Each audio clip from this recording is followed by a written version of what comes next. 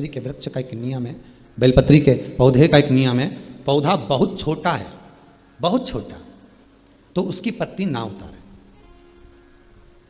एक तो बहुत छोटा, ऊपर से आपने पत्ती निकाल ली तो वो तो बेकारी हो जाए ना, उसको सूख ही जाएगा। बहुत छोटे पौधे की पत्ती नहीं निकालना। बेलपत्री के पौधे का नियम है, आपके ऊपर बेलपत्री का वृक्ष का छांव पड़ने लगे, उसकी डाली आपके मस्तक से ऊंची हो जाए, उसकी छाया, उसकी पत्ती की हवा आपके मस्तक पर लगने लगे, तो उस बेलपत्री के पौधे की पत्ती उतार कर आप शिव को चढ़ा सकते हो। पर यह नहीं लिखा कि उसमें फल नहीं लगे तो चढ़ाओ मत, ऐसा प्रमाणिकता नहीं, ऐसी प्रमाणिकता नहीं है कि आपको बेलपत्री का फल नहीं होगा महाराज तो आप ना चढ़ाएं। बेलपत्री के फल है, वृक्ष जब बड़ा होगा तो उसमें फल तो लगेगा ही। कितना सुंदर कहा, आंवले के वृक्ष में आंवला ना आए, बेलपत्री के वृक्ष में बेल ना आए, आम के वृक्ष में आम ना आए, फलदार वृक्ष में फल ना आए, तो नर्मदा जी के घाट से या गंगा के घाट से बालू रेत को लिया और शिव अवधूतेश्वर महादेव का नाम लेकर वृक्ष के चारों तरफ डाल दीजिए, फल आना प्रारंभ हो जाता है। चारों तरफ डाल देने पर फल आना प्रारंभ हो जाता है। जिस वृक्ष में फल ना है, आंवले के वृक्ष में आंवला नहीं आ रहा है मान लो, या आम के वृक्ष में आम नहीं आ रहा है, या आपने कोई फलदार वृक्ष लगाया और उसमें फल ना आ रहा हो, तो उसके आसपास में गंगा की बालू या नर्मदा की बालू डाल, फल आना प्रारंभ। वो बालू डालेंगे और फल आना प्रारंभ हो जाएगा महाराज। उस बालू का फल अवश्य प्रदान होता है महाराज। शिव महापुराण की कथा कर रही है, शंकर का अनुमोदन कर रहा है, शंकर की कथा कर रही है।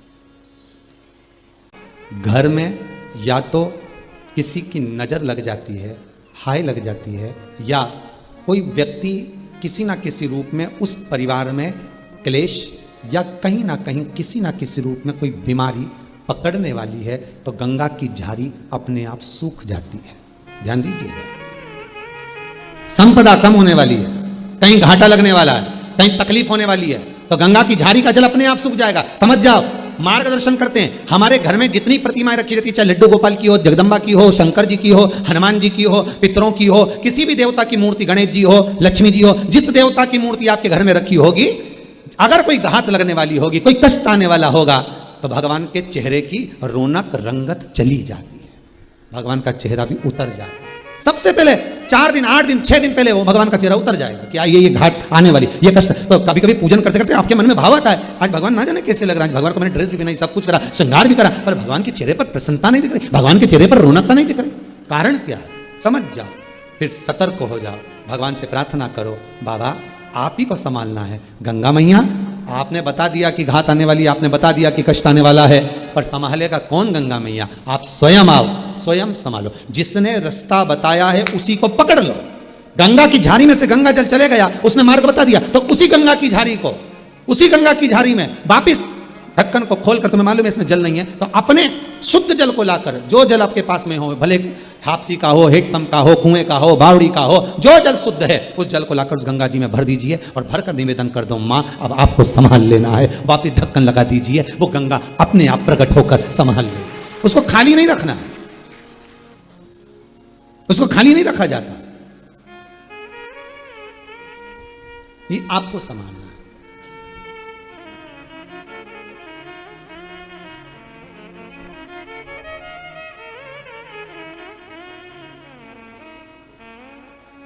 उससे निवेदन करना कि माँ आप हैं।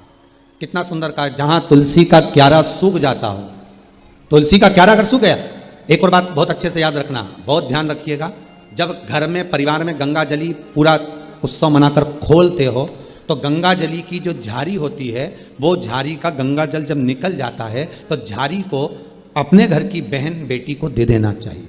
घर में खाली झारी नहीं रखना, या तो उसमें जल भर कर रखो। गंगा जल की झारी खाली नहीं होना, उसमें या तो गंगा जल में और गंगा जल मिला दो, और जल मिला दो, दूसरा जल मिला दो, और उसको भरकर उसमें थोड़ी ना थोड़ी मात्रा जल की होना चाहिए। और अगर नहीं रख सकते तो वो अपनी बहन बेटी को दे दो, फिर बहन बेटी भले अपने घर में खाली भी रखेगी तो उसको दोष नहीं लगता।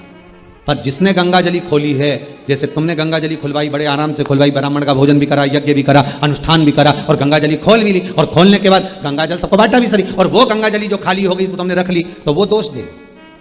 हाँ, उसमें अगर जल भर कर रख लिया तो दोष नहीं देगी। उसमें थोड़ा सा गंगा जल बचा के रख लिया आपने, थोड़ा जल बचाया आपने, तो वो दोष नहीं देगी,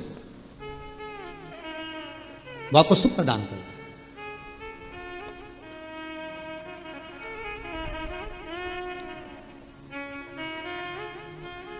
वो आनंद देगी, शास्त्र कह रहा है।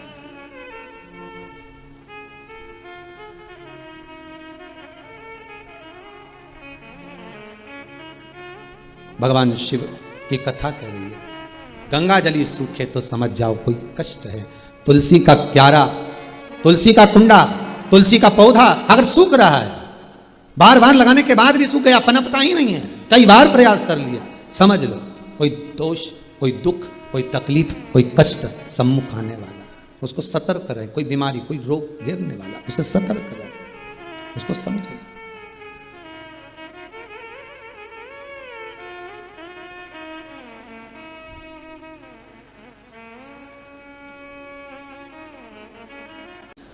वो बता रहा है, शिव पुराण कह रही है,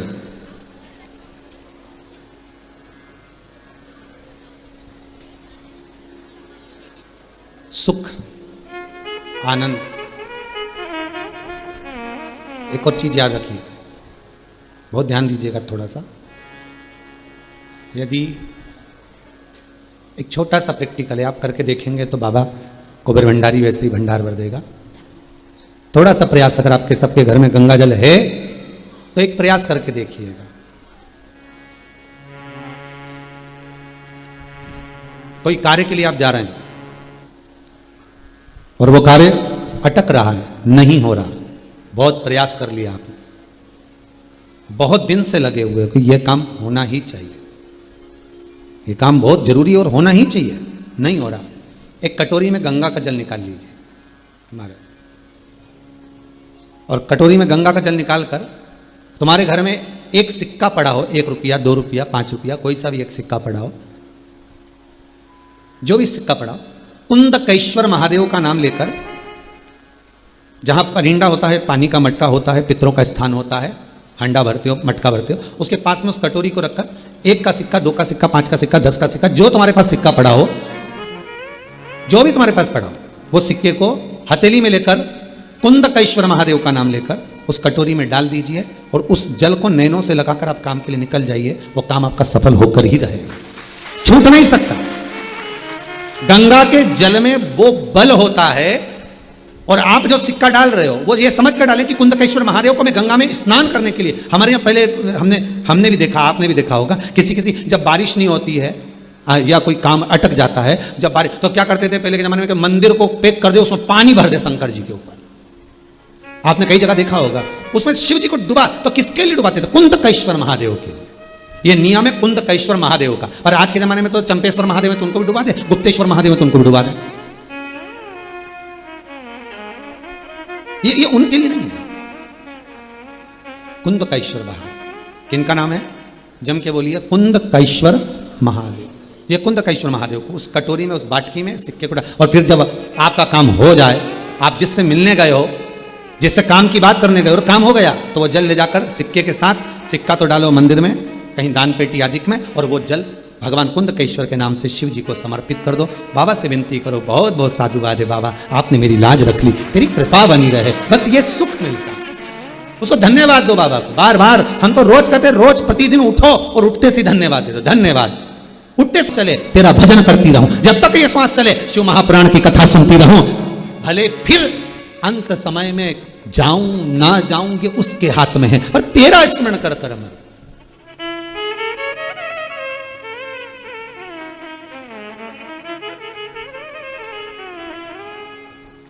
पतंग उड़े आकाश माने, डोर थारा हाथ मां। ये पतंग है नहीं हमारी, ये मनुष्य भी पतंग से कम है भाई, हर कहीं उड़ जाए। ये मन पतंग से कम है, हर कभी उड़ जाए।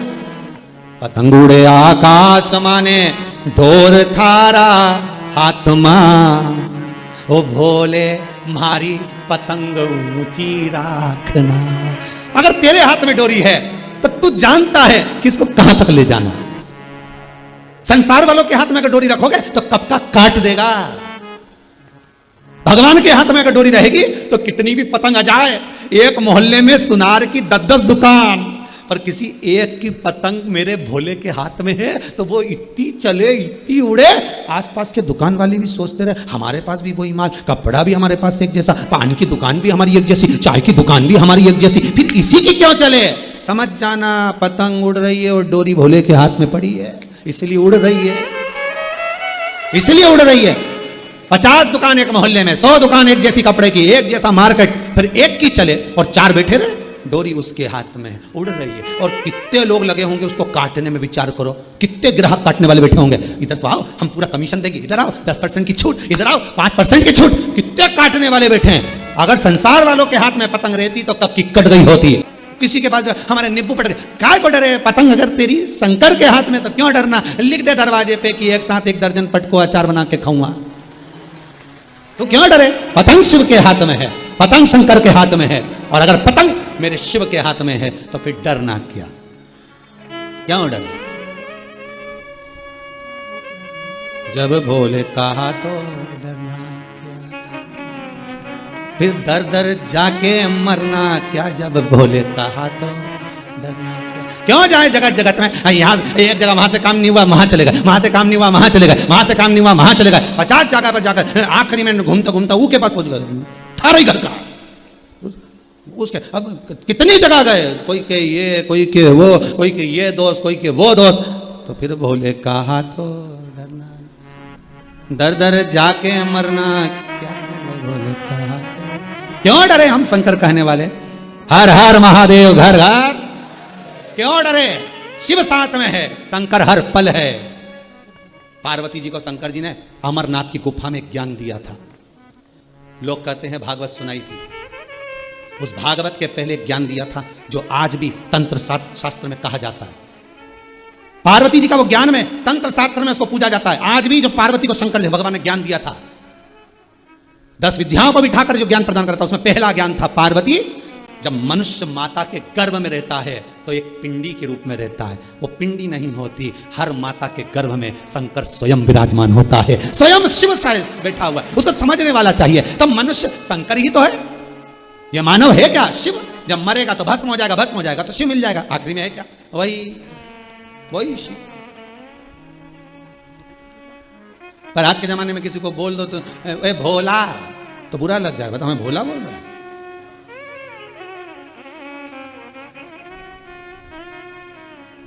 परसों के दिन एक किसी पत्नी का फोन आया था ऑफिस में, कह रहे थे हम हमारे पति का नाम चेंज कर रहे हैं। हमने कहा तुम्हारे पति का नाम है क्या, पूछ आशीष जरा पूछ तो कि भेरू, हम चेंज कर रहे हैं। हमें तो चेंज करने से क्या हो,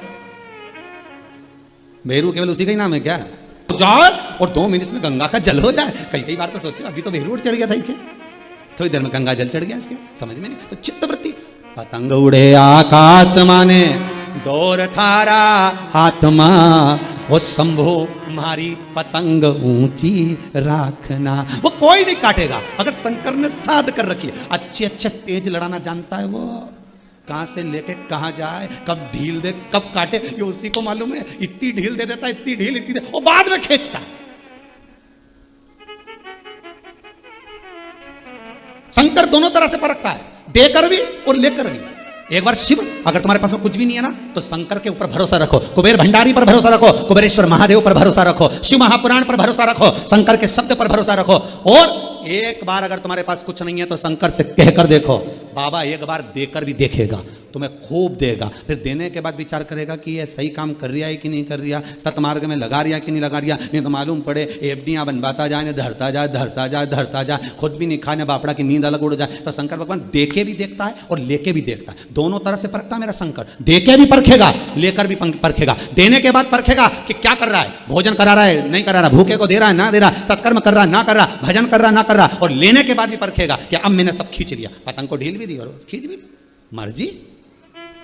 पर कटने अरे बोलो तो नहीं। सतगुरु में तेरी पतंग हवा बिच उड़ती जावांगी, मैं तेरी वो कटने नहीं देता, अपने हाथ में साध कर रखता। अपने हाथ में साध कर रखता है, वो कटने नहीं देगा। शिव महापुराण की कथा कहती है बस उस पर किया हुआ भरोसा, उस पर किया गया विश्वास कभी टूटता नहीं। इसलिए रामचरितमानस में कहा शंकर विश्वास रूपिणो, तुलसीदास जी लिख रहे हैं शंकर विश्वास है, जिसने कर लिया उसे राम मिल गया, उसे परमात्मा मिल गया, उसे सुख मिल गया, वैभव मिल गया, धन मिल गया। जिसने विश्वास कर, जो विश्वास कर, गंगा शिव पुराण कह रही है विश्वास रखकर ही परमात्मा मिलता है। बंधने वाला सर्प का चरित्र सारे स्मरण करेंगे, बड़ा शेषनाग, छोटा शेषनाग, भूमंडल का शेषनाग, इन सब का स्मरण करते हुए अपन आगे बढ़ेंगे। श्रावण के ही महीने की नाग पंचमी के अवसर पर, नाग पंचमी शायद 13 को आना चाहिए, पर उससे पहले नाग पंचमी के अवसर को ही मानेंगे कि नाग पंचमी के अवसर पर वासुकी नाग शिव महापुराण की कथा का रसतत्व ग्रहण करेंगे वही 2 बजे। और जितने श्रोता भाई बहन हैं अकेले नहीं, सारे इष्ट मित्रों को कहकर आनंद के साथ। और उसी बीच में 6 अगस्त पड़ेगा, जिस दिन बाबा की मासिक शिवरात्रि है श्रावण के महीने की, शाम को ठीक 7 बजे आस्था चैनल के माध्यम से साथ बैठकर अपने अपने परिवार की सुरक्षा के लिए, लक्ष्मी वृद्धि, सुख समृद्धि, वैभव के लिए, जिन बच्चों की जॉब ना लग रही, नौकरी ना लग रही हो उनके लिए, जिनका शरीर कष्ट पड़ा हो, बीमारियां घेर पड़ी हो उनके लिए भगवान का सुंदर पार्थिव शिवलिंग का निर्माण कर कर बाबा का पूजन करेंगे बड़े आनंद के साथ। संपूर्ण विश्व में ये पूजन हो और आनंद पाएं। आज बहुत बहुत साधुवाद के पात्र हैं, हम बहुत बहुत साधुवादता देते हैं श्री बोंडे परिवार को, जिन्होंने छिंदवाड़ा से इस पावन शिव महापुराण की कथा को जनमानस तक पहुंचाया। वृथा जन्म मत खोए, ना जाने इस श्वास का फिर आवन होए ना हो। हर श्वास में जब शिव रटते रहोगे, हर श्वास में जब भगवान का भजन करते रहोगे, तब आप रूप जो सुख का अनुभव है, आप रूप जो आनंद का अनुभव है, वो प्राप्त हो जाएगा। आज स्वर्गीय श्री नारूजी बोंडे की स्मृति में आज उनका परिवार, श्रीमती निर्मला जी बोंडे, बहू श्रीमती सोनम जी बोंडे, पुत्र श्री विजय जी बोंडे, बोंडे परिवार ये छिंदवाड़ा का यदि कथा करवा रहा है तो शिव का कुछ भाग, शिव का कुछ आनंद, शंकर का कुछ अनुमोदन, शिव कृपा कुछ तो प्राप्त हुआ होगा। तेरी कृपा बिना ना हिले एक भी अणु, लेते हैं श्वास तेरी कृपा से तनु तनु। हे गंगाधार मुक्ति द्वार ओमकार तो, आयो शरण तिहारी भोले तार तार तो। आज श्रावण का 32 सोमवार है।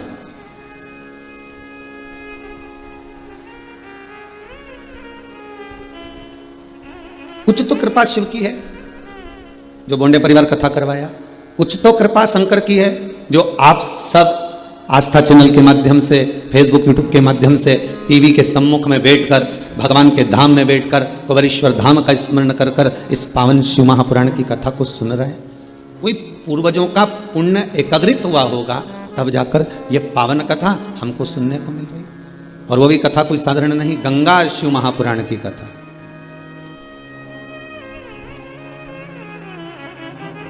अभी तक गंगा केवल गौमुख से चलकर गंगा सागर तक थी, पर ये गंगा शिव महापुराण की कथा श्रवण कर कर गंगा हर घर घर में पहुंच गई है। केवल श्रवण कर कर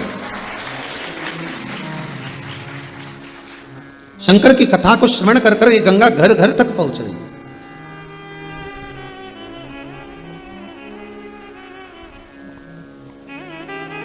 तीन नदियां, भारत की भूमि की 3 नदियां शिव महापुराण में बड़ा सुंदर इनका व्याख्यान है। पहली है गंगा, और नर्मदा जी का केवल दर्शन जीव को कल्याण कर देता है। केवल दर्शन।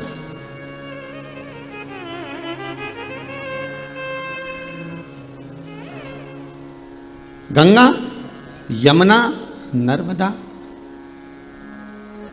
इन तीनों का जो सुख है, गंगा नर्मदा यमुना का जो सुख है, गंगा नर्मदा यमुना का जो आनंद है, तो गंगा स्वतः स्नान करने वाले को तार रही है, यमुना पान करने वाले को तार रही है, और नर्मदा केवल दर्शन करने वाले को तार रही है। केवल दर्शन करने वाले। और ये तीनों नदियां वामन अवतार के समय पर इनका प्रागट्य का क्रम है महाराज। तीनों के प्रागट्य का क्रम वामन अवतार के समय पर। एक कथा श्री वामन पुराण की बड़ी सुंदर है। जिस समय पर भगवान नारायण छोटे से ब्राह्मण का रूप रखकर 84 अंगुष्ठ का शरीर धारण कर 84 अंगुष्ठ का शरीर,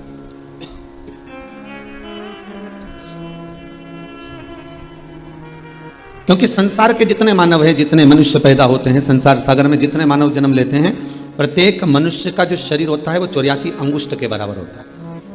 चाहना तो आप अपने अपने घर में बैठे हो, टीवी के सामने कथा सुन रहे हो, आप अपने अपने शरीर को नाप सकते हो। 84 अंगुष्ठ के बराबर ये शरीर निकलेगा।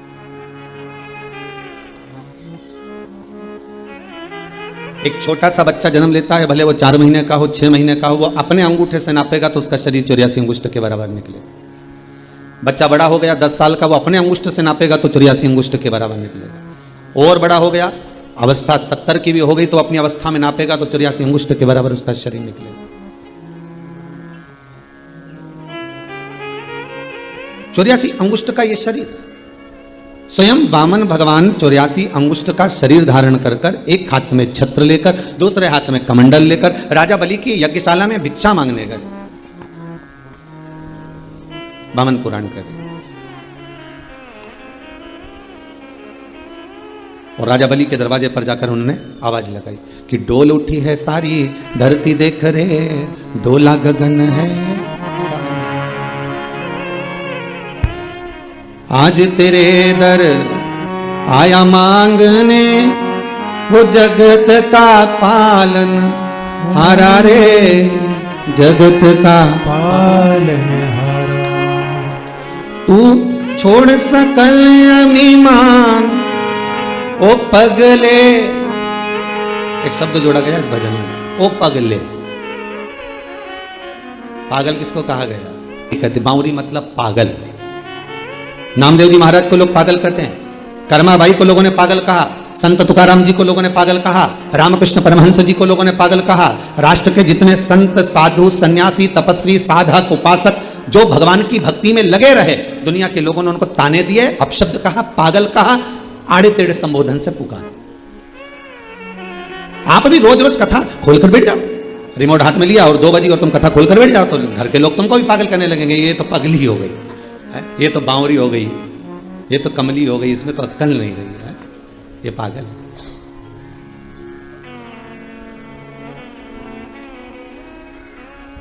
दो बजे कथा ये सुने, सवेरे से लेके फिर मोबाइल में लगा के बैठ जाए, रात होए पलंग पे पड़ी पड़ी भी कथा सुनती रहे, तो लोग नहीं पागल कहेंगे?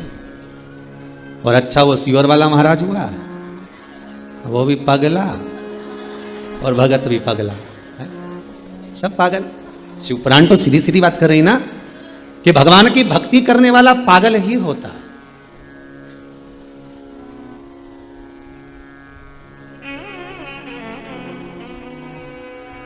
जो भगवान के भजन में डूबा हुआ है वो पागल है।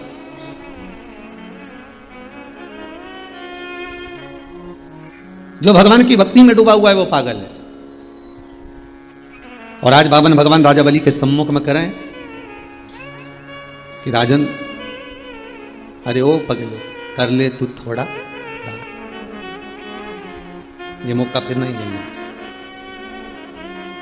जो भगवान की भक्ति में पागल हो गया, जो भगवान के भजन में पागल हो गया, जो भगवान की कथा में पागल हो गया, जो भगवान के रसतत्व में पागल हो गया, जो भगवान के दीदार में, दर्शन में पागल हो गया, जो भगवान के धाम में पहुंचकर अपने चित्त वृत्ति को भूलकर पागल हो गया, शास्त्र कहता है वही भगवान के करीब हो गया। जो समझदार हो गया वो भगवान से दूर हो गया।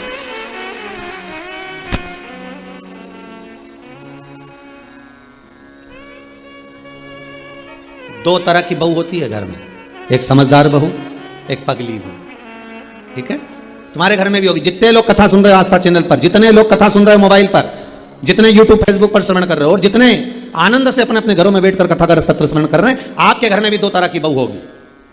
एक समझदार, एक लेगी मम्मी जी आई कि नहीं, मामा जी ने खाना खाया कि नहीं खाया, काका जी आए कि नहीं आए, बुआ जी ने ये काम करा कि नहीं करा। एक बहू ऐसी होती है जो जिसको पूरे घर की चिंता लगी रहती, समझदार। तो और एक ऐसी होती है कि वो आराम से उतर के 9 बजे तो जगदम्बा नीचे आई, अब 9 बजे तो नीचे पहुंची, और 9 बजे नीचे आने के बाद में बढ़िया डेंटिंग पेंटिंग कर कुरा के और शादी का फंक्शन की तैयारी चल रही, और सब तो अपनी जगह पर, और ये बैठ गई लाम जरम मान जा और ऊंचाई, अब वो मान जा।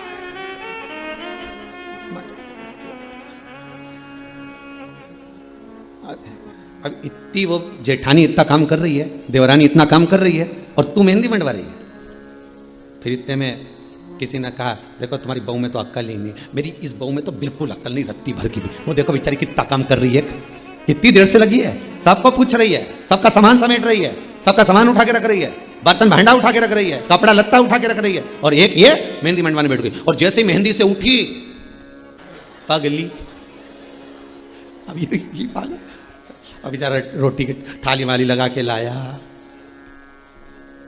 डुबा डुबा के खिला दिया। अब यही कर सकता, पहले से तो वो ही डूबा हुआ है, डुबा डुबा खिला। अब में तो अकल नहीं थी, नमक धर लाता, अब खिला। फिर किसी ने कहा, देख लो तुम्हारी बहू सब काम में लगे और वो खाना खा रही है, अक्ल नहीं है, पगली है।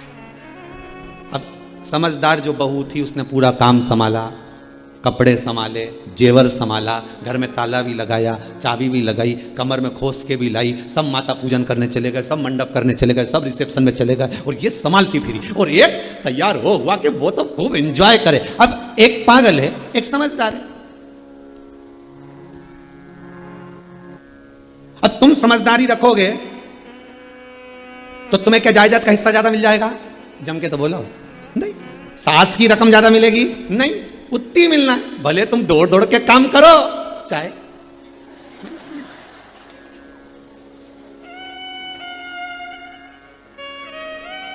और बल्कि जो बढ़ कर काम करता है उसको कम ही मिलता है, ये शास्त्र रीति है। बेचारी बुआ जी के लाके बिठा दिया, मामी जी के लाके बिठा दिया, मामी जी सारे कपड़े आ रहे संभालते हैं ना, और बुआ जी वहीं बैठी सारा कपड़ा संभालती जा रही, सारी रकम संभालती जा रही, सारा सामान संभालती जा रही, और सारी बहुएं डेंटिंग पेंटिंग करके सारी पार्टी का एंजॉय कर रहे, और दुकरिया बैठी। अब चाहती तो बुआ जी एंजॉय करने आई थी, शादी का आनंद लेने आई थी, वो जीजी पूरी शादी का आनंद लेने आई थी, पर कपड़ा लत्ता संभालने के चक्कर में, जेवर संभालने के चक्कर में, सामान संभालने के चक्कर में एक जगह बैठी। अब वो एक बहू को बुलाया, बेटा भूख लग रही, लिया, अब वो भी गई। अब मालूम पड़े बफेट में तो इतना सारा आइटम बना, नहीं वो तो 3-4 सामान ला के दे दी बुआ जी के, खाओ।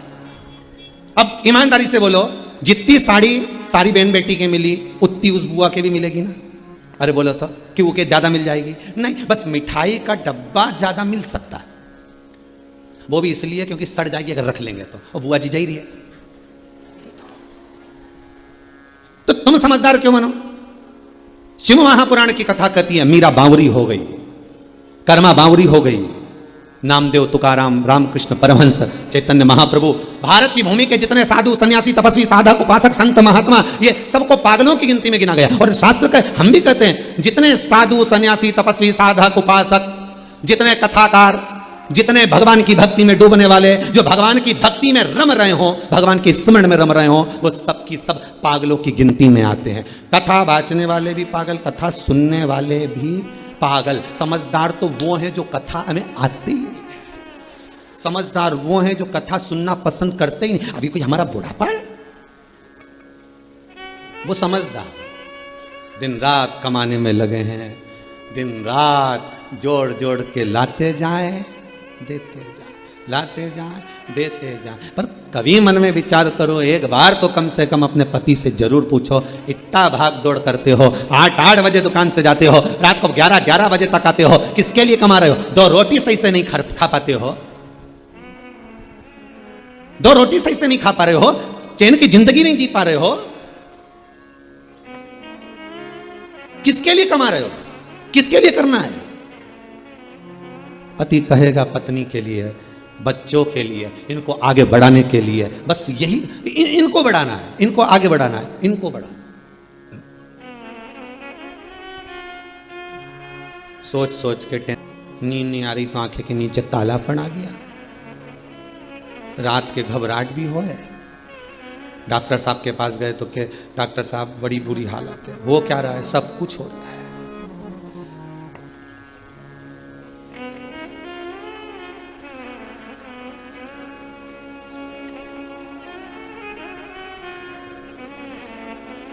फिर करते हैं। आप दिल से अगर नाम ले रहे हो, भगवान को दिल से रिझा रहे हो, भगवान को हृदय से चित्त वृत्ति से मना जी, 50 काम छोड़ना है। आपका टिफिन अगर आ गया, दुकान में अगर भोजन की थाली आ गई, दुकान में अगर टिफिन आ गया, ऑफिस में अगर टिफिन आ गया, अगर समय है कि 2 बजे छुट्टी होती है तो सबसे पहले आप 50 काम छोड़कर 2 बजे किसी से बात नहीं करूंगा, पहले भोजन करूंगा। अन्नपूर्णा आपका इंतजार ना करे, आप अन्नपूर्णा का इंतजार करो। यदि अन्नपूर्णा को आपका इंतजार करना पड़ता है तो एक घड़ी, एक पल, एक क्षण ऐसा भी आता है कि अन्नपूर्णा रुष्ट होकर चली जाती है।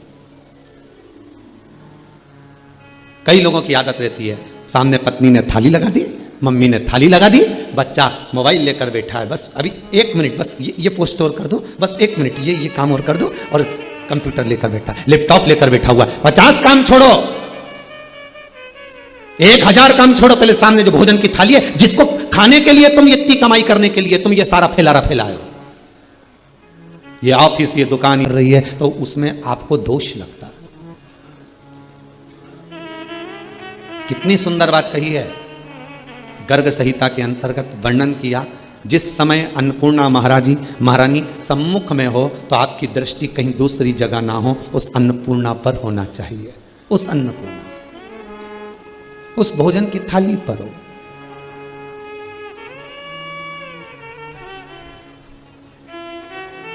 कई लोगों की आदत है, इधर अखबार खोल के बैठ गए, भोजन करते करते अखबार भी पढ़ रहे हैं, भोजन करते करते मोबाइल भी चला रहे हैं, भोजन करते करते टीवी देख रहे हैं।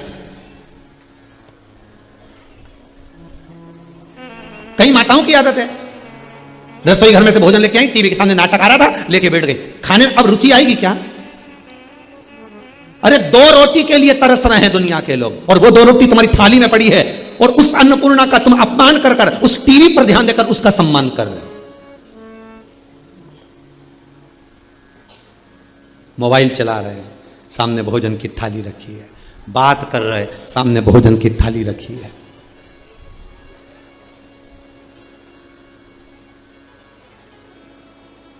कुबेरेश्वर धाम में अभी तो खेल लॉकडाउन चल रहा है,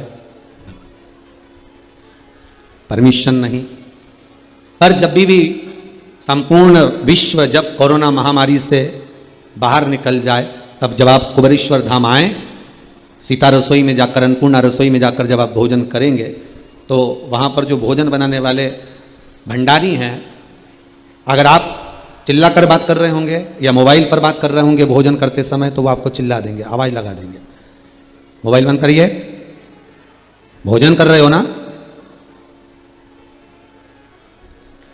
इस कुबेरेश्वर धाम में जो 21-21 हजार रुपए आपने जमा करे हैं, आप आजीवन भोजन भंडारे के सदस्य बने हो।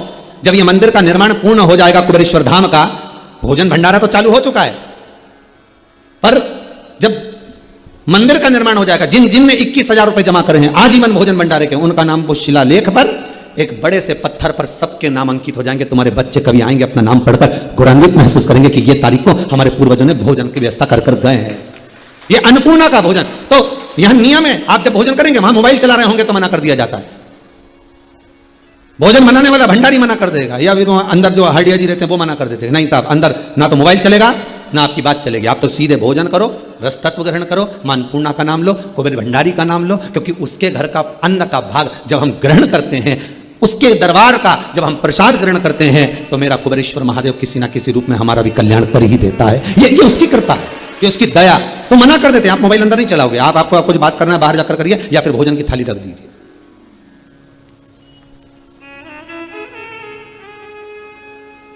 अन्नपूर्णा पर ध्यान देकर, जिसके लिए तरस रहे साहब, तरस रहे, पूरी 8 बजे से सुबह से दुकान खोल के बैठा है, रात को 11 बजे तक कमा रहा है, किसके लिए? केवल रोटी के लिए, और वो ना मिले, अच्छे से भी नहीं खा सको। जिस समय घर के लोग भोजन कर रहे हो उस समय पर टीवी बंद होना चाहिए।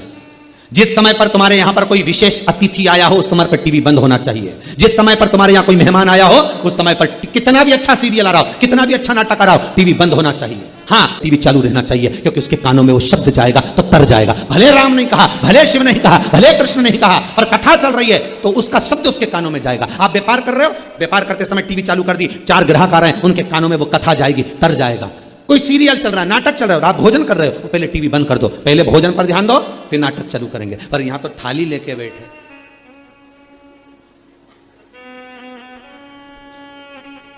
कुमकुम भा सास भी कभी चित्त नहीं। अन्नपूर्णा भी सोच रही है मैं किसके हाथ में पड़ी। और सरल भाषा में समझ लो, पति के साथ पत्नी घूमने जाए, बहुत सरल भाषा में समझिएगा।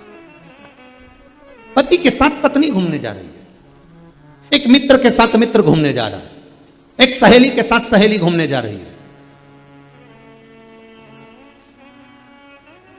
और तुम बात करते हुए जा रहे हो उससे, और उसका मन तुम में नहीं है और वो मोबाइल चला रहा हो, तो तुम्हें कैसा लगेगा? सत्य बताना ईमानदारी से। पति के साथ तुम घूमने जा रही हो, अपनी सहेली के साथ मार्केट करने जा रही हो, अपने दोस्त के साथ आप शॉपिंग करने जा रहे हो, और दोस्त मोबाइल में लगा हुआ, बस हेडफोन लगाया और मोबाइल में बस, और चला, साथ में गाड़ी भी लेकर गए, और दिन भर मोबाइल में लगा, और गए थे बड़े एंजॉय के हिसाब से, चलो बात करेंगे, आधा घंटा निकालेंगे, मित्रों के साथ बैठेंगे, ये करेंगे। पत्नी भी सोच कर गई थी, चलो मेरे को लेकर जा रहे हैं, आज मौका मिला है, घर पर अच्छे से बात नहीं हो पाए, हो सकता है अपन चलेंगे, 2-4 बात होगी पति के साथ। तो वो बेचारी बात करने के लिए बैठी है, वो बेचारा बात करने के लिए बैठा, और ये अपनी सहेली से बात में लगी है। कैसी है? अब वो मन में सोच रहा है कब मोबाइल रखे और कब मुझसे बात करे, और पत्नी की सोच रहा है, पति, और ये मोबाइल। अब चित्त नहीं लग रहा ना आपका, मन नहीं लग रहा ना, तो मन मोटा होगा कि नहीं होगा? आखिरी में मन मोटा होगा कि नहीं होगा? कि बताओ, हमारे साथ गया, हमारी सहेली थी, हमारा दोस्त था, पर मन मोटा। उसी तरह अन्नपूर्णा की थाली तुम्हारे हाथ में है, भोजन तुम्हारे सामने है, और तुम टीवी देख रहे हो, तुम मोबाइल देख रहे हो, तुम हैंडसेट देख रहे हो, तुम मैगजीन पढ़ रहे हो, तुम अखबार पढ़ रहे हो, और वह अन्नपूर्णा तुम्हारे सामने है, तो अन्नपूर्णा का अपमान होगा कि नहीं होगा? दूसरी बार तुम्हारी पत्नी तुम्हारे साथ घूमने जाएगी क्या? पहले कह देगी या तो मोबाइल रख लो या मुझे रख लो।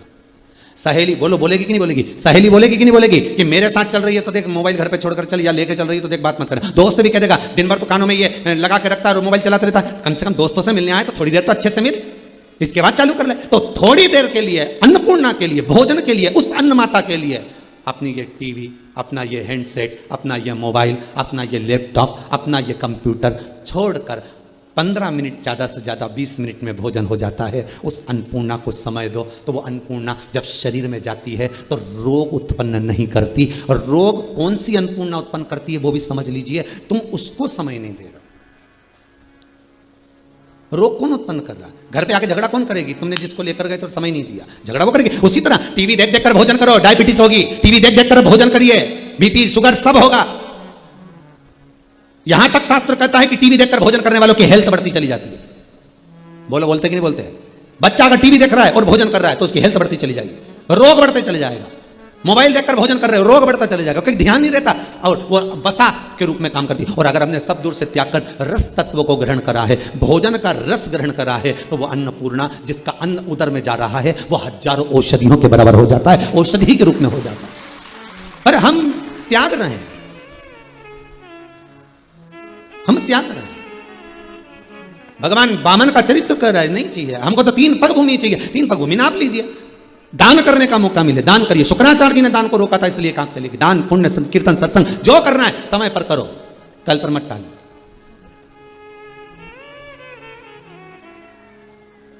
शास्त्र कह रहा है ईश्वर से भले मत डरो, पर अपने कर्म से डरो। किससे डरना है? कर्म से। ईश्वर तो माफ कर सकता है, गुरु से नहीं डरना, मत डरो, गुरु माफ कर सकता है। माता पिता से नहीं डरना, मत डरो, माता पिता माफ कर सकते हैं। घर के बुजुर्गों से नहीं डरना, मत डरो, घर के बुजुर्ग माफ कर सकते हैं। परमात्मा से नहीं डरना, मत डरो, परमात्मा माफ कर सकता है। पर कर्म मनुष्य का कभी माफ नहीं करता, वो तो भुगताता है, भोगना तो पड़ता है, चाहे रोके भोगो, चाहे हंस कर भोगो। गुरु माफ कर देगा, ईश्वर माफ कर देगा, शंकर माफ कर देगा, पर कर्म कभी माफ नहीं करेगा, कर्म तो भुगताएगा। जैसी करनी करोगे वैसा भोगना पड़ेगा। सियोर वाला महाराज तो यहाँ टीवी के सामने आस्था चैनल पर बोल देगा कि भैया भोजन, टीवी बंद कर देना चाहिए, भोजन करते समय नाटक बंद कर देना चाहिए, भोजन, हाँ अगर भजन आ रहे हो, हाँ अगर कथा चल रही हो और उस समय पर आप भोजन कर रहे हो, बिल्कुल पहले का नियम था। पहले जब पति भोजन करता था, बेटा जब भोजन करता था, माँ पल्लू झेलती थी, बोलो सही है कि गलत है? पंखा झेलती थी और झेलकर फिर माँ प्रेम से भोजन कराती थी। कोई भजन गा लेती थी, पत्नी कोई गुनगुना लेती थी, कोई जब गुरुजन भोजन, पहले भोजन होता था शादी ब्याहों में भी तो कीर्तन मंडलियां बैठती थी। आज के जमाने में तो बफेट चले और गाना चले, थारी अखियां का जो जादू।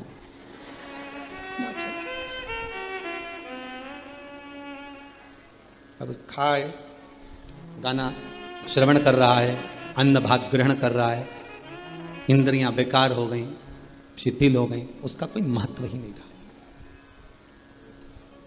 पहले के भोजन से भजन की मात्रा बढ़ती थी, आज के भोजन से काम की मात्रा बढ़ती है। लोभ, आसक्ति, वासना, तृष्णा, काम, ये सब बढ़ रहा है, सब। थोड़ा चेंज कर तो देखो, थोड़ा सा तो बदल कर देखो कि आज से मैं नियम लेता हूं, श्रावण का दूसरा सोमवार 1 वर्ष तक का नियम ले लो, तुम ज्यादा मत लो, 1 महीने का नियम ले लो कि 1 महीना, 1 वर्ष, 6 महीना, 4 महीना, चतुर्मास का 4 महीना मैं टीवी देखकर भोजन नहीं करूंगा, मैं टीवी देखकर भोजन नहीं करूंगी। फिर उसका जो असर होगा वो देखिए, रोग बीमारी कम होती है कि नहीं होती, और मन भगवान में लगता है कि नहीं लगता, खुद मालूम पड़ जाएगा। क्योंकि अन्नपूर्णा अपना असर देना प्रारंभ कर देगी, अन्नपूर्णा अपना रस देना प्रारंभ कर देगी।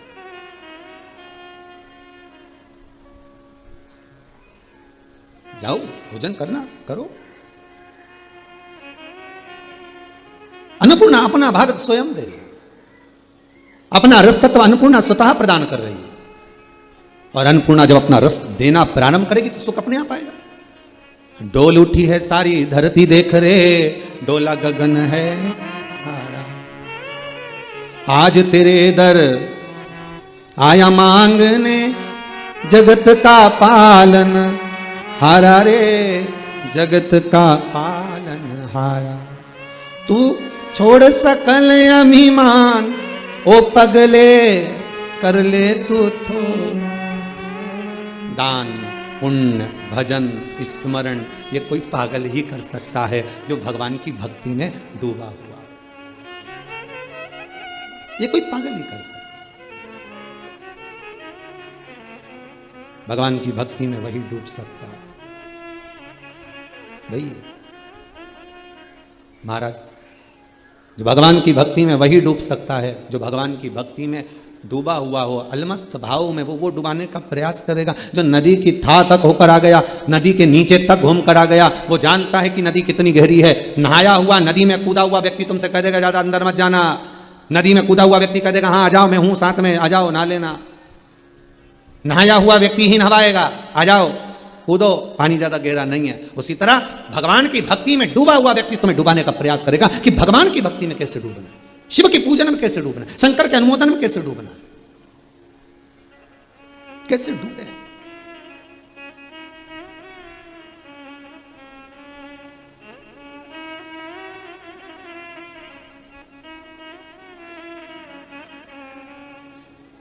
और जब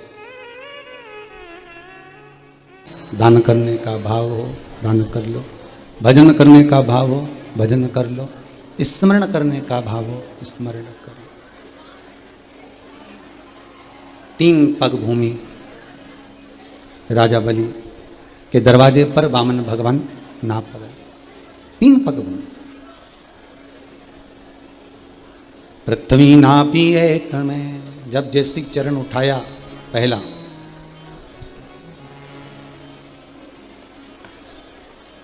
दूसरा चरण उठाया आकाश में गया,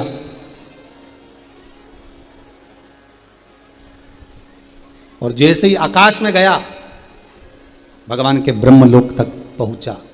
ब्रह्मलोक में जैसे ही जाए वैसे ही ब्रह्मा जी ने देखा कि भगवान का चरण आया, भगवान का चरण आया। ब्रह्मा जी देखे भगवान का चरण आया, और ब्रह्मदेवों ने जैसे ही चरणारविंद को देखा तो देखकर ब्रह्मा जी के कमंडल में जब 33 कोटि देवता जल के रूप में हो गए थे, तो वो जल का भाग, जितने भी देवता जल हो गए थे, वो जल को ब्रह्मा जी के कमंडल में रख दिया था। गंगा का जो नामकरण संस्कार है कि गंगा नाम कैसे पड़ा, ये वामन पुराण के अंतर्गत स्पष्ट कहा गया कि ब्रह्मा जी के कमंडल को गंगाल कहते हैं। ब्रह्माणी ब्रह्मा,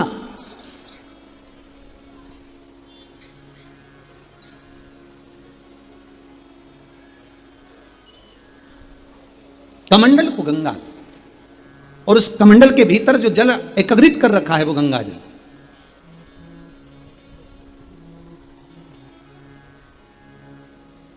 वो गंगा जल। महाराज जब स्पीकर नहीं चल रहे हैं बाहर वाले, गंगाल भगवान का चरण दिखा और भगवान का चरणारविंद जैसे ही नजर आया, ब्रह्मदेव ने उसी समय कमंडल से जल लेकर भगवान के चरणारविंद को पखारा। अब वो चरणारविंद का जल, भगवान के चरणों का जल नीचे जाता, ब्रह्माणी ने फिर कमंडल को लगा दिया। उस कमंडल में जल को झेला गया, वो गंगा जल एकत्रित कर कर रखा गया भगवान के चरणारविंद, इसलिए विष्णुपदी भी कहलाई गंगा। गंगा विष्णुपदी भी है। वो जल एकत्रित कर कर रखा, और फिर वो जल जिस समय भागीरथ बाबा ने 60,000 काकाओं के उद्धार के लिए गंगा को आमंत्रित करा, फिर वो कमंडल में से जल निकलकर मृत्यु लोक में आया। फिर चला वो जल, गंगा जल फिर चला। बहुत सुंदर संवाद है। जिस गंगा के जल को हम भरकर लेकर आते हैं, किस भाव से ला रहे हो, किस चीज के लिए ला रहे हो, किस कार्य के लिए ला रहे हो, वो आपको गंगा मैया को भरते समय बोलना चाहिए।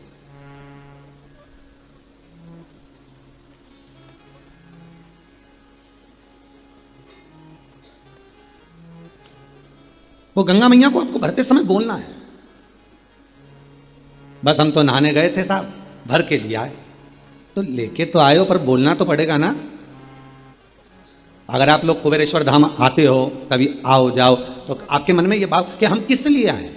किसी का मन होता है कि हम कथा सुने, किसी का मन होता है कि हम दर्शन करें, किसी का मन होता है कि हमारी कोई मनोकामना है, हम उसके लिए आए। तो कुछ कामना से तो आप लेकर जा रहे। तो गंगा जी को जब झारी जी भरी जाती है, गंगा के जल को जब झारी जी में बॉटल में आदि स्थान पर आप जो भरकर लेकर आते हो, उसमें आपका पहला भाव होना चाहिए कि गंगा को निमंत्रण देते समय आपको बोलना पड़ेगा। जैसे गंगा मैया पूछ रही हैं, भागीरथ तुम मुझे क्यों लेकर जाना चाहते हो, किस लिए पुकार रहे हो, तो भागीरथ जी कहते हैं मेरे 60,000 काकाओं का उद्धार करना है।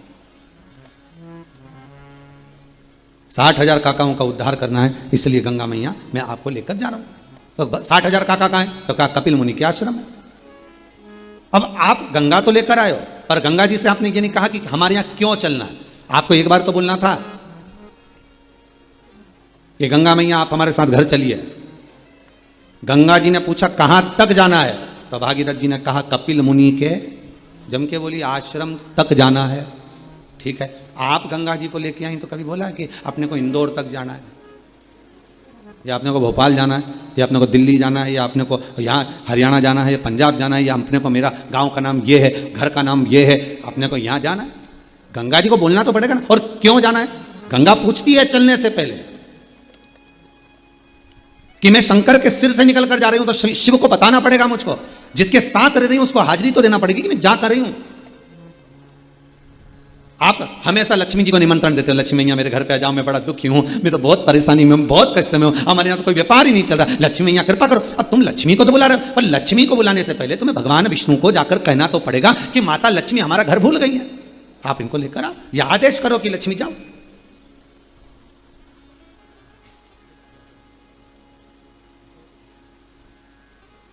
एड्रेस तो बताना पड़ेगा। अब गंगा जी को भर तो लिया तुमने बॉटल के अंदर, गंगा जी को छिपरा जी का भी जल लाओ, नर्मदा का जल लाओ, गंगा का जल लाओ, यमुना का जल लाओ, मंदाकिनी का लाओ, सरयू का लाओ, गोदावरी का लाओ, तुम्हारी मर्जी पड़े कहीं से भी जल भर कर लाओ। पहले उससे निवेदन करो कि क्यों लेकर जा रहे हो और कहां लेकर जा रहे हो।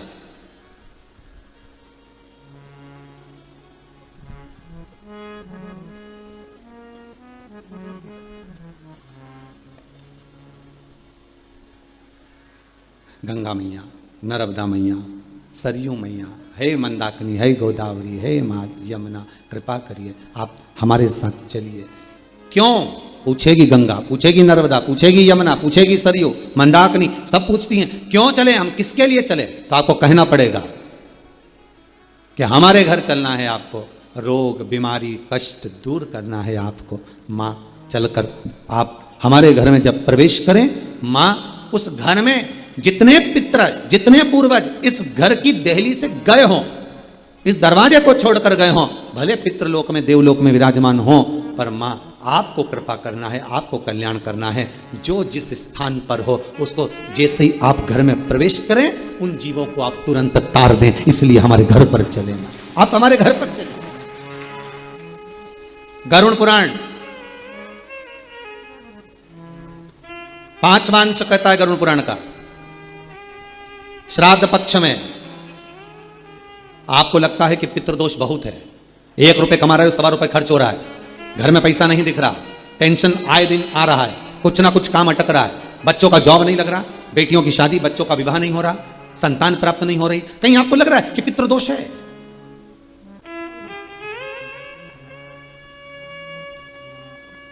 पहले आज्ञा लो। कितना सुंदर लिखा है स्कंद पुराण में, बद्रिश खंड में,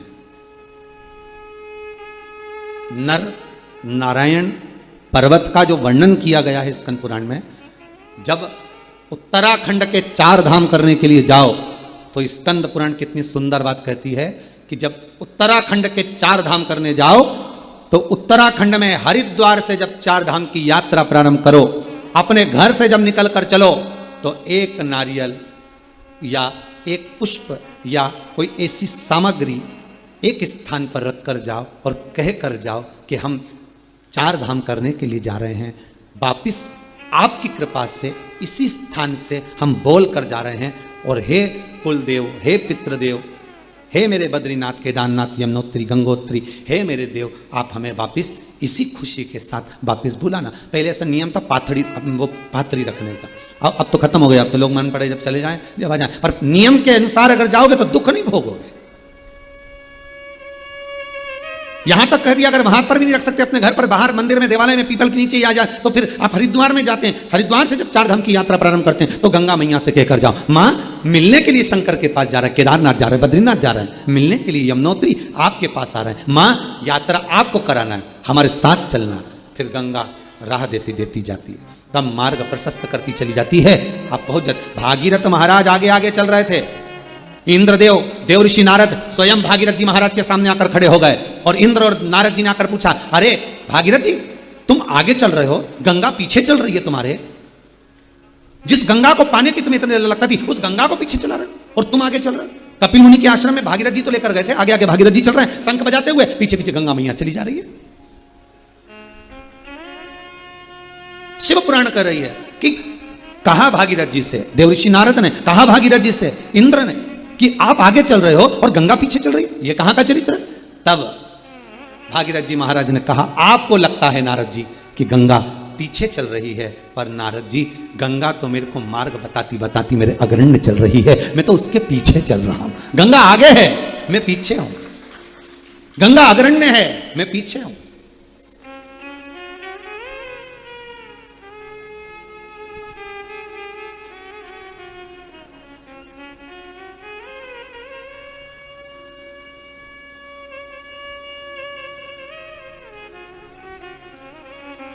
आगे आगे गंगा चले, अब लेकर आयो, भाव से लायो, दिल से लायो, मन से गंगा जल लेकर आयो, नर्मदा जल लेकर आयो, छिपरा जल लेकर आयो, सरयू जल लेकर आयो, आप मन से लेकर आयो। किसी को साथ में लेकर आते हो तो प्रवेश कैसा होता है? पहली बार आप जब महाराज पहली बार आप जब किसी को लेकर आते हो तो परिचय देते हो कि हमारे मामा जी का लड़का है साहब, काका जी का, चाचा जी है साहब, बुआ जी है साहब, परिचय देते हो। अंदर आने पर जैसे ही आप प्रवेश करते हो, घर के अंदर आते हो, आप दुनिया की वस्तु अपने परिवार वालों को बता देते हो, ये देखो, ये देखिए, ये वस्त्र है, ये आभूषण है, ये रतन है, ये माणिक है, मैं बाजार से लाया हूं, मैं ये वहां से लाया हूं, दुनिया की वस्तु आपने दिखाई।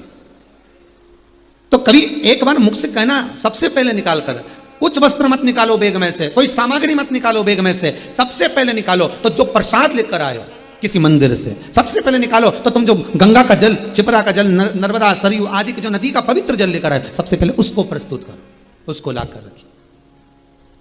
कहां ले जाकर रखना चाहिए? सबसे पहले पवित्र नदी का गंगा जल जब भरकर लाएं, गला पकड़ रहा हमारा, नदी का जब जल लेकर आए, पवित्र नदी का जब जल लेकर आए, तो सबसे पहले कौन सा स्थान होता है जहां पर जल को रखा जाता है? घर के अंदर।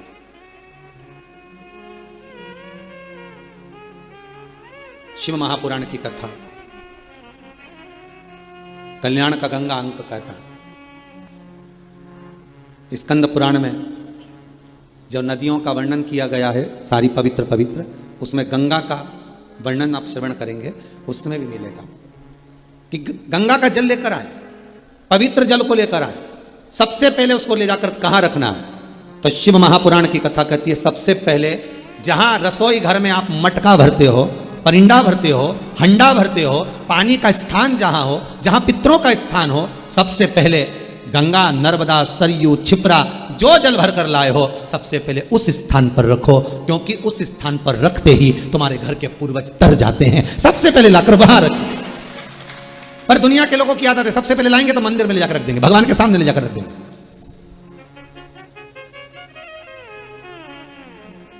अब भगवान के चरणों से तो निकली है, कहां से निकली है? भगवान के चरणों से तो निकली है, भगवान के सम्मुख से तो निकल कर आई है, और वो प्रतीक्षा करती है कि मुझे करना क्या है, मुझे काम क्या करना है।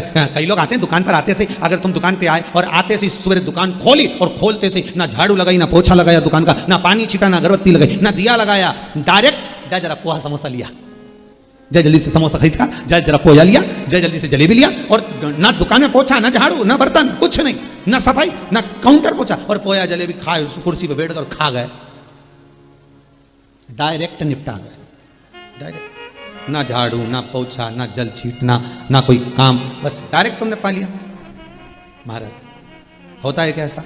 नहीं, व्यक्ति जाएगा, झाड़ू लगाएगा, पानी छीटेगा, अगरबत्ती लगाएगा, हाथ पैर धो के भगवान से विनती करेगा, प्रभु कृपा करिएगा, व्यापार अच्छा चलाइएगा, भगवान से निवेदन करेगा, अर्चना करेगा, साधेगा।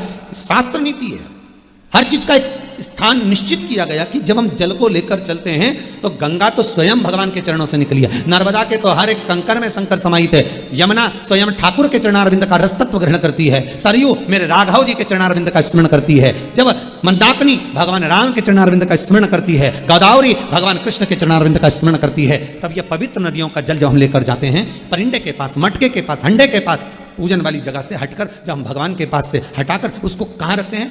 पितरों के स्थान पर। तो सबसे पहले वो पितर तार देती है, भले 5 मिनट रखो, 2 मिनट रखो, 1 मिनट रखो, 4 मिनट रखो, 10 मिनट रखो, पर रखो पहले पितरों के स्थान पर।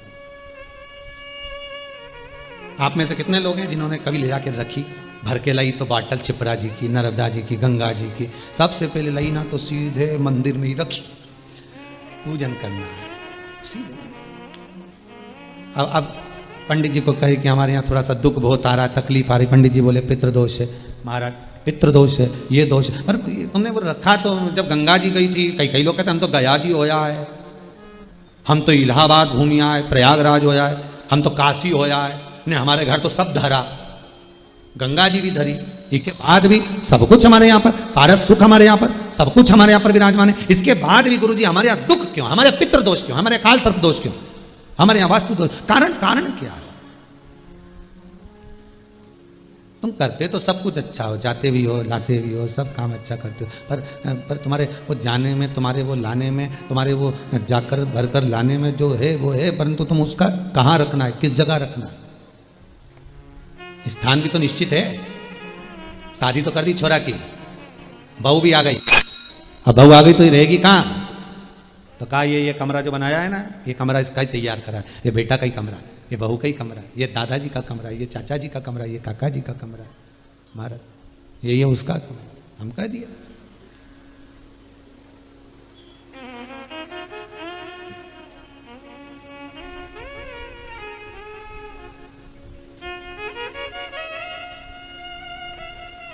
बस स्थान परिंडा का पास, वहां से उठा लो, फिर भले मंदिर में ले जाकर रख दो, फिर भले पूजन वाले स्थान पर ले जाकर रख दीजिए, फिर भले भगवान के धाम में ले जाकर रख दीजिए, वहां से निकालने के लिए। घर में कोई अच्छा कार्य हो, गंगा जली खोलो, बंद कर कर पूजने की नहीं है। गंगा जली खोलो, उसकी पूजन करो खोल कर। गंगा का जल भी कहता है कि मुझे बाहर निकाला जाए, जिससे मैं परिवार का, घर का कल्याण कर सकूं। गंगा जली का जल कभी नहीं सूखता, भरा रहता है। जिसके घर में गंगा जली का जल सूख रहा हो, फिर भर कर लाए, फिर सूख जाता हो।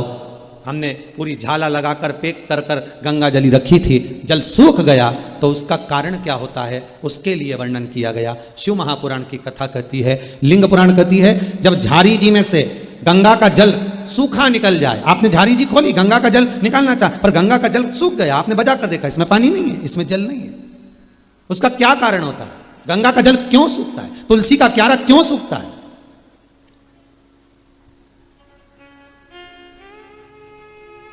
किस लिए सूखता है? ये बहुत प्रमाणिक चीज है कि गंगा का जल झारी जी में से सूख रहा है, तुलसी का क्यारा बारिश में लगाया, सब अच्छे से लगाया, सब कुछ करा, मालूम पड़े बस 4 महीना ठीक रहा, थोड़ी देर बाद में सूख ही गया। हम तो कहीं कितने तुलसी के क्यारे लगा दिए, फिर सूख जाए, बाद में फिर लगाओ, फिर सूख जाए, बार बार लगाया, मांगकर भी लगाया, लोगों से कहकर भी लगाया, पर तुलसी का क्यारा लगता ही नहीं है। हमने लगा कर देखा, पर सूख जाता है। बड़ी आफत, कहीं दूसरे के यहाँ से लेकर आओ, फिर लगाओ, फिर सूख जाए। कारण क्या आया? क्या कारण?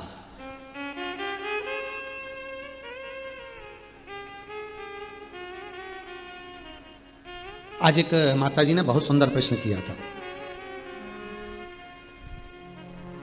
अच्छा प्रश्न था, इसलिए थोड़ा ध्यान में है। माता जी एक बोली, कहने लगे, गुरुदेव हमने सुना है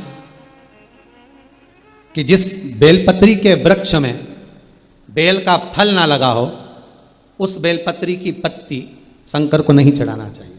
हमने उन माता जी से पूछा, पहले ये बताओ कि कौन सी पुराण में लिखा है, कौन सी पुराण में किस जगह पर लिखा, और कौन सा महाराज जी बोला, उनका नाम भी तो बताओ कि इनने बोला कि बेलपत्री में जब फल ना लगे तो उसका पत्ता ना चढ़ाएं जब तक। घी की बाती में लगे हुए दीपक की बात चल रही है, कैंडल की नहीं, मोमबत्ती की नहीं।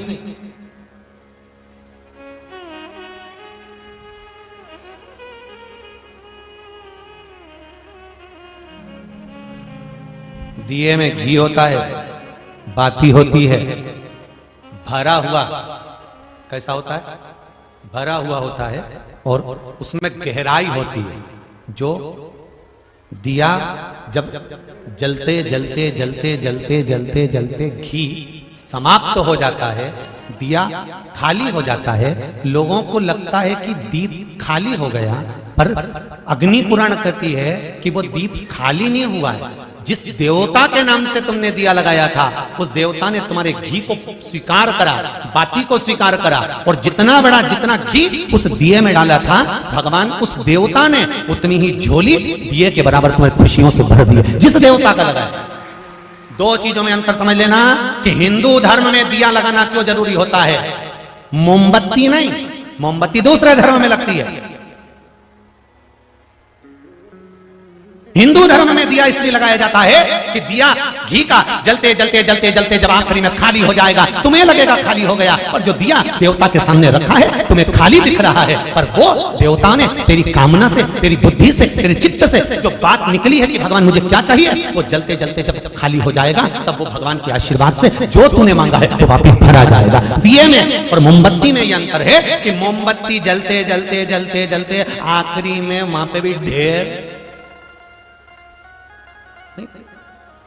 यही अंतर है। उसके बाद में कुछ भरने के लिए बचा, मां तो लुढ़कने के लिए बचा, बचा कुछ मोमबत्ती में, कैंडल में कुछ बचा नहीं।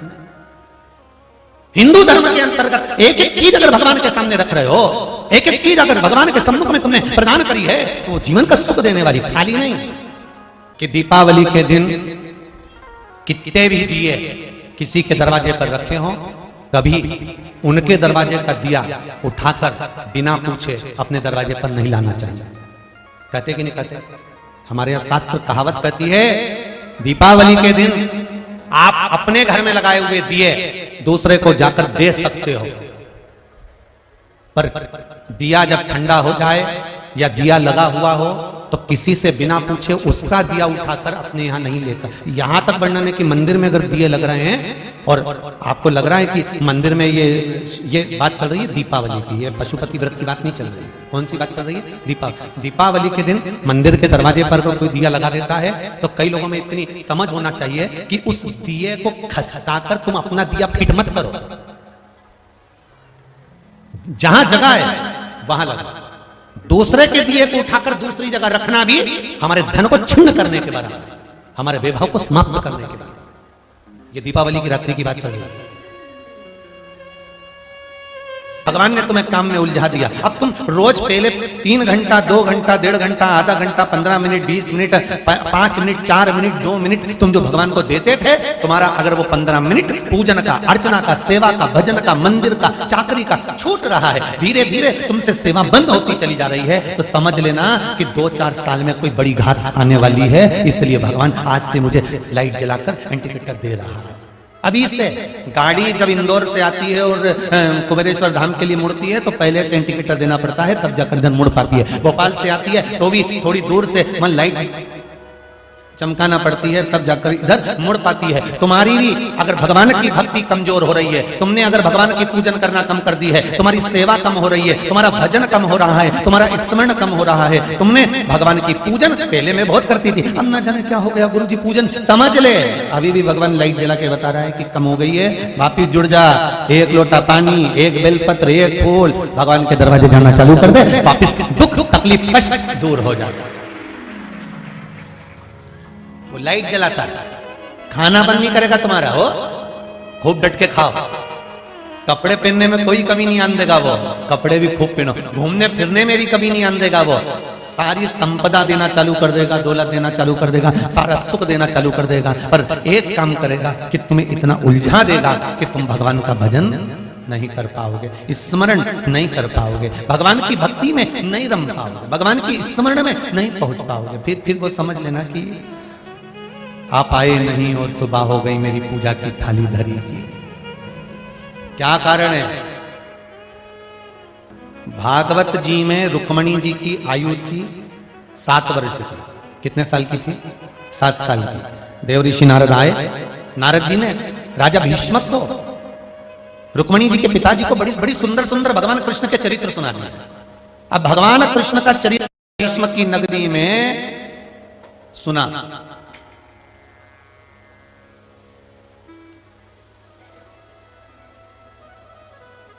कहां अमरावती, कहां मथुरा, जरा अंदाजा लगाइए थोड़ा सा हो। कहां अमरावती, कहां द्वारका।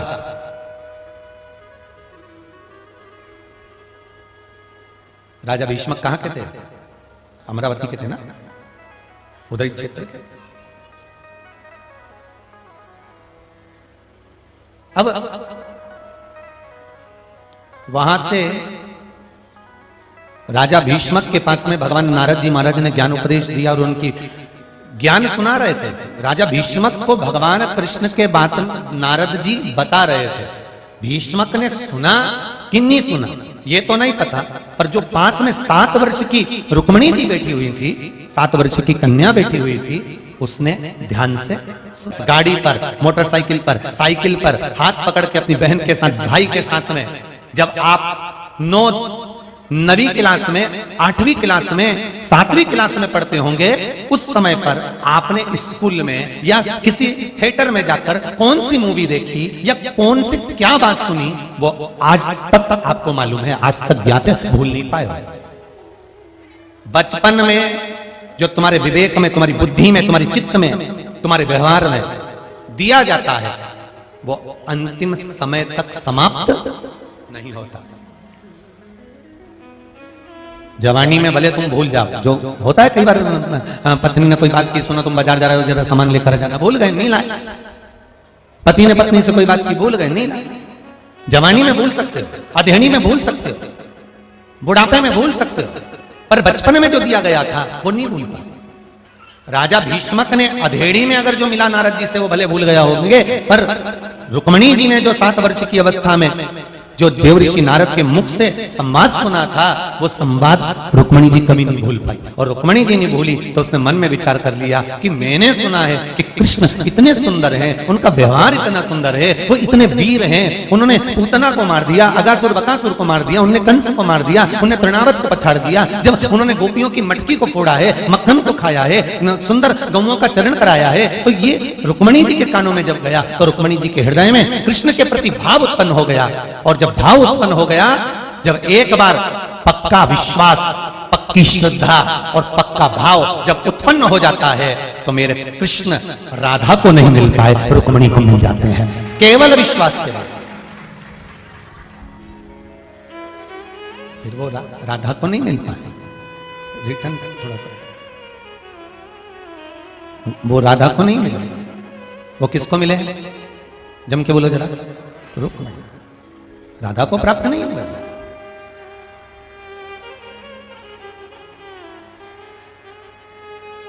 कारण क्या था? सुना था कृष्ण के बारे में।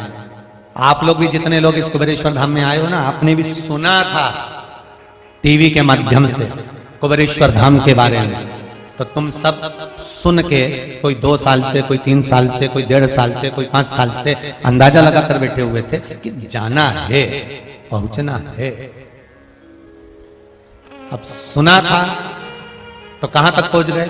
रुक्मणी जी ने सुना था तो जगदम्बा के मंदिर पहुंची थी और भगवान कृष्ण उसको गोदी में उठाकर ले गए थे। उसी तरह तुमने सुना था तो तुम कुबेरेश्वर धाम तक पहुंचे, और जैसे भगवान कृष्ण रुक्मणी को लेकर गए हैं, उसी तरह शंभु भी तो आपका कार्य साधेगा।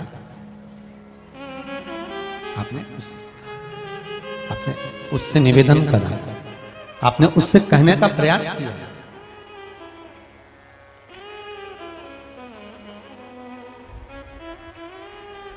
पक्का विश्वास, पक्की श्रद्धा, पक्का विश्वास, पक्की श्रद्धा, पक्का भरोसा। मैंने तेरे ही भरोसे, ओ बाबा तेरे ही भरोसे, नैया भवन में डाली है, हे बाबा। पर पहले जो चढ़ाया था वो केवल सिर का उतारा था, पर अब सोमवार को कई लोग कहते हैं गुरुजी ये पशुपति व्रत होते हैं तो सवेरे भगवान का अभिषेक पूजन करो, दूध दही सब चढ़ाओ और पूजन करो। क्या शाम के समय पर फिर दूध दही चढ़ाना चाहिए? नहीं, शाम को तो आप साधारण सी भगवान को जल का छींटा देकर पूजन कर कर आओ, जो 6 दिए हैं वो लेकर जाओ, मीठे का भोग लेकर जाओ। तो गुरुदेव, हम जब भगवान का पूजन करने जाते हैं तो हमको एक दिन पहले याद करना पड़ता है कि शाम को जाना है, शाम को जाना है, 6 दिए लेकर जाना है, मीठे का प्रसाद लेकर जाना है। मतलब दिन भर तुम्हारी चित्तवृत्ति में शंकर घूमता रहता है, दूसरी चीज आती नहीं। और मंदिर भी जाती है ना तो वापिस आने में तुम्हारी चित्तवृत्ति में वही रहता है, एक दिया मुझे दरवाजे पे लगाना है। फिर चलती चलती भी थाली हाथ में लेकर वापिस जा रही है, फिर सोच रही कुछ दे तो नहीं दिया। उपास 5 ही हैं, कितने व्रत करना है? 5। अब कई लोगों ने कह दिया कि छठे पे उद्यापन करो। 5 व्रत, केवल 5, और 5वें पे श्रीफल 11 रुपये 108 कोई वस्तु कोई सामान। हम फिर कहेंगे आज के समय में लोग हमारा फोटो लगा लेते हैं, कहीं फेसबुक बना लिया लोगों ने, कहीं यूट्यूब बना लिया लोगों ने, कहीं रुद्राक्ष बेच रहे हैं, कहीं माला बेच रहे हैं, कहीं किताब बेच रहे हैं, कहीं सामान बेच रहे हैं, फोटो लगाकर।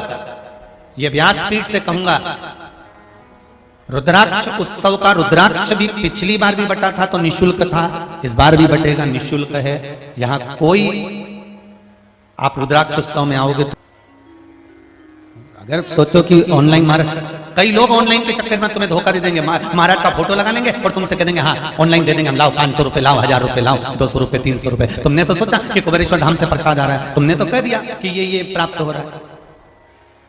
कुबेरेश्वर धाम से आज तक शिव महापुराण की पोथी के इस माध्यम से कहना चाहूंगा, ना तो किसी के पास में दान मांगने के लिए मैसेज जाता है, ना कोई सामान बेचने के लिए मैसेज जाता है, ना कभी हमारे कोई रसीद बुक आपके घर पर कोई लेकर जाएगा, ना आपकी दुकान पर जाएगा। जो आप दान देते हो, ये मूछ वाला भैया, यम का भाई, बस वो बोलता है भैया आशीष भैया, और आप जो देते हो वो अकाउंट में या फिर कुबेरेश्वर धाम में आते हो, कोई रसीद कटवा के चले गए तो वो प्राप्त हो। बाकी के आपके घर घर आकर और क्यों आए मांगने तुम्हारे यहाँ? जब सारी दुनिया के लोगों को यहीं बैठा बैठा खूब लुटा रहा है तो हम तुम्हारे यहाँ मांगने क्यों जाएंगे? इसी दरबार से नहीं मांगेंगे। फेसबुक पे कोई हमारा फोटो लगा के रुद्राक्ष बेचे, कोई किताब बेचे, कोई सामान बेचे, हाथ जोड़ के निवेदन है, भगवान से निवेदन है कि ऐसा समय मत लाजे दादा कि ये बेचना पड़े, ये तो लुटाओ।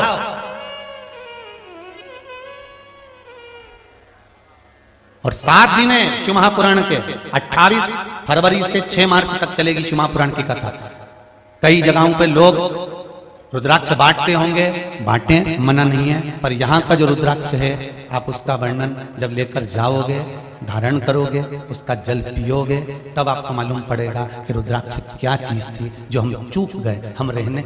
और फिर निवेदन है 7 दिन बटेंगे, ऐसा नहीं कि आखिरी दिन बटेगा या महाराज जी एक ही दिन बटेंगे, 7 दिन।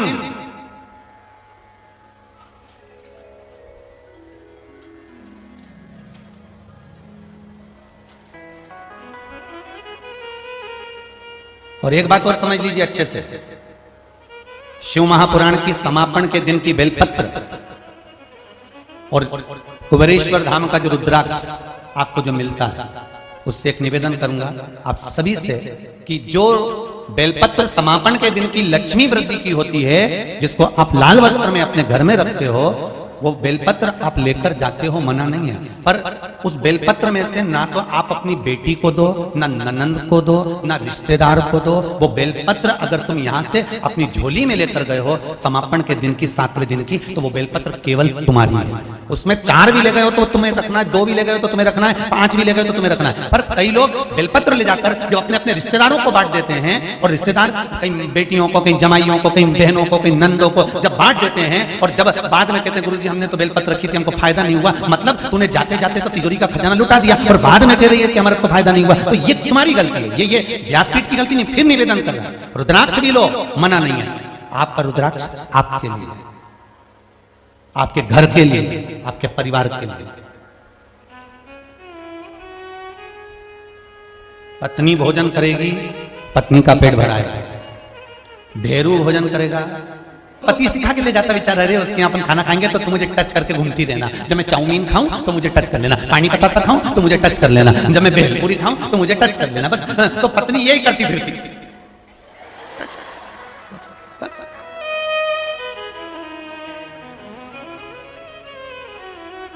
और कई लोग पूछते भी ये क्या कर रहे, शक्तिमान,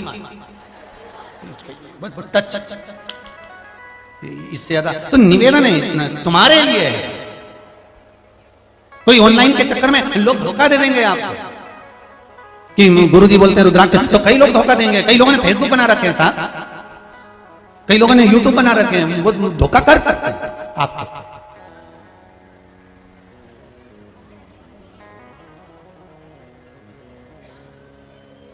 महाराज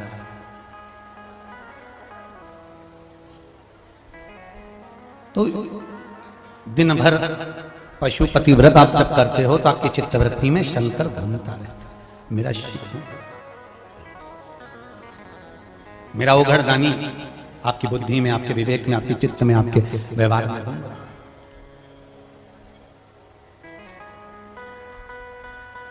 श्री शिवाय नमस्तुभ्यं, श्री शिवाय नमस्तुभ्यं, श्री शिवाय नमस्तुभ्यं, श्री शिवाय नमस्तुभ्यं।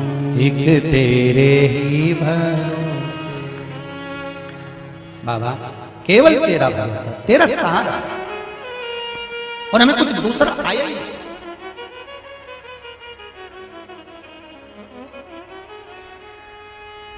आप शिव को भजो, आप शंकर का स्मरण करो। एक लोटा पानी, हमारी भक्ति में कमजोरी नहीं होना चाहिए, बस इतना ध्यान रखना। भगवान कृष्ण राधा के नहीं हो पाए, रुक्मिणी जी के हो गए, क्योंकि बाल्य अवस्था से भगवान कृष्ण के बारे में सुना था। 2 साल से, 3 साल से, 4 साल से आप अगर पुराण की कथा सुन रहे हो, 5 साल से सुन रहे हो, 6 साल से सुन रहे हो, शंकर की कथा सुन रहे हो, तो तुम्हारी चित्त वृत्ति में जो तुम सुन रहे हो उसको धारण कर रहे हो, और धारण कर कर फिर तुम उसको मनाने का प्रयास कर रहे हो। जल तो तुम पहले भी चढ़ाते थे, बेलपत्री पहले भी चढ़ाते थे, दूध की धार पहले भी लगाते थे, पर अब जो तुम भगवान शंकर की आराधना कर रहे हो, इसमें तुम्हारा विश्वास दृढ़ हो गया।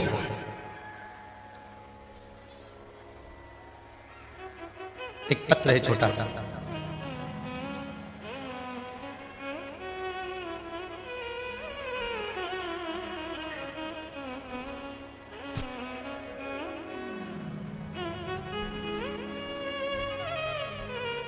MP रीवा से हनुमाना रीवा हनुमाना, श्री शिवाय नमस्ते। कहाँ बैठे? ये रीवा MP रीवा से आप ही हैं? जरा माइक दीजिए।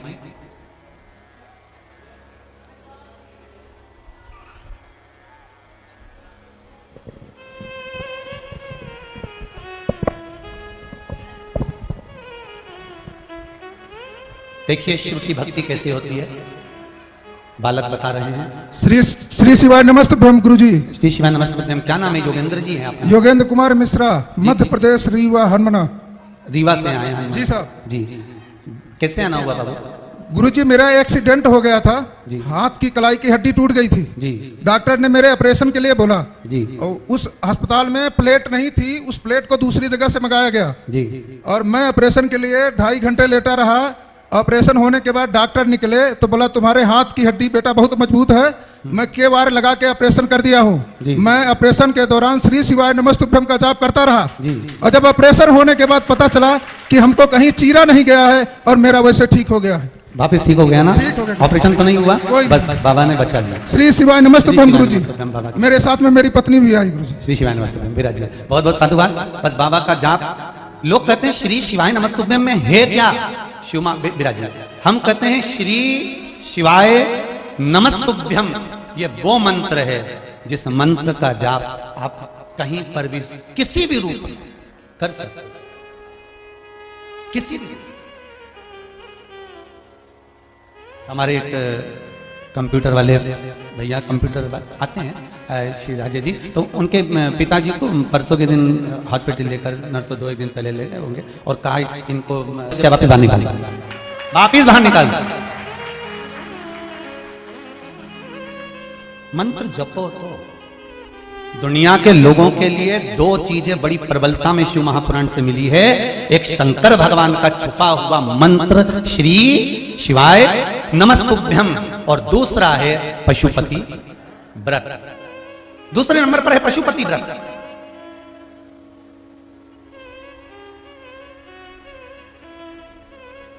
अगर पति पत्नी को दोनों को तकलीफ हो रही है, कुछ ना कुछ, पत्नी को भी कुछ चाहिए और पति को भी कुछ चाहिए और तकलीफ दोनों को है, तो मेरा निवेदन रहेगा पशुपति व्रत पति और पत्नी दोनों करो, दोनों करो। पर निवेदन है थाली भी अलग अलग जाएगी, तो दिए भी अलग अलग जाएंगे, प्रसाद भी अलग अलग जाएगा भोग लगने के लिए। और जब आओ तो आने के बाद में जब दीप लगाओ दरवाजे पर, 6ठे नंबर का जब दिया लगाओ तो सबसे पहले दिया पत्नी लगाए, उसके बाद पति प्रज्वलित करे तो काम सफल हो जाएगा। अगर पति और पत्नी दोनों व्रत कर रहे हैं तो पहला दिया पत्नी का लगना चाहिए।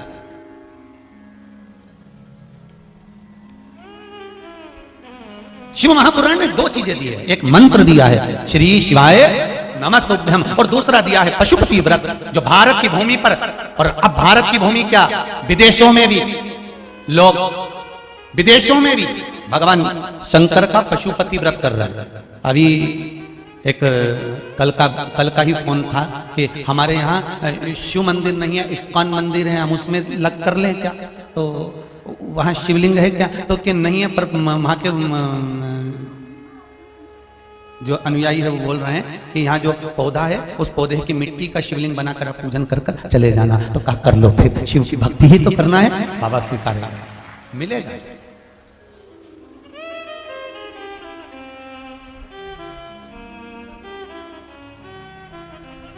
रुद्राक्ष उत्सव में कई जगह से भक्त लोग आ रहे हैं, साथ में सबसे बड़ी बात तो ये भी है कि अब वो गवर्नमेंट फ्लाइट भी चालू कर रही है, तो विदेशों से भी लोग कम से कम 5 से 6 देश से लोग शिव महापुराण की कथा में पहुंच रहे हैं। ये शिव की आराधना, शिव भक्ति का बल, रुद्राक्ष। 2 चीजें मिली है, एक भगवान का नाम जाप,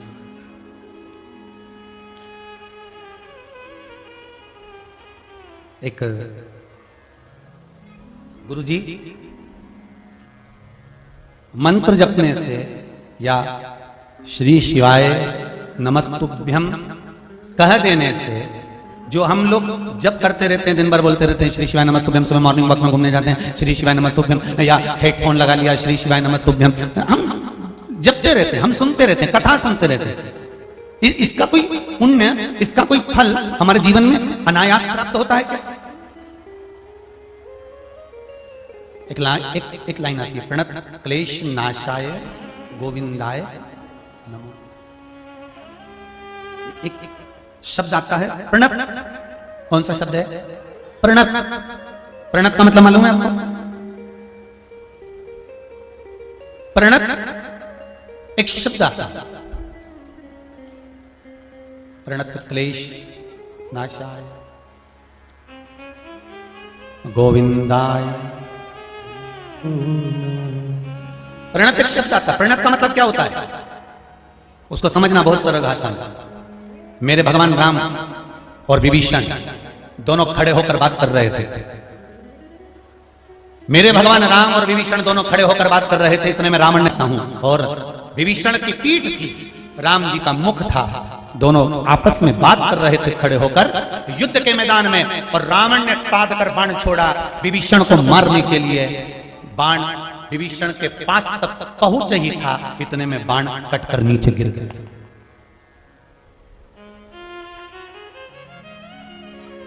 फिर रावण ने छोड़ा, रावण ने फिर बाण छोड़ा, विभीषण के पास फिर आया, वो फिर कटकर नीचे गिर गया। रावण ने फिर बाण छोड़ा, वो फिर पास में गया, वो कटकर फिर नीचे गिर गया। मेघनाथ ने पूछा पिताजी क्या बात है? पिताजी कहते हैं मैं तेरे चाचा को मारना चाहता हूं, तेरे काका श्री को मारना चाहता हूं। तो इतने में मेघनाथ कहता है आप चिंता करते हो, मैं मारता हूं। और मेघनाथ ने बाण छोड़ा, ऐसी ऐसी शक्तियां छोड़ी मेघनाथ ने, वो शक्तियां विभीषण के पास जाती है और टूट कर नीचे गिर जाती है। आखिरी में सब हार गए, थक गए, तब विभीषण पलट कर देखा तो वहां बाणों का ढेर लगा हुआ था।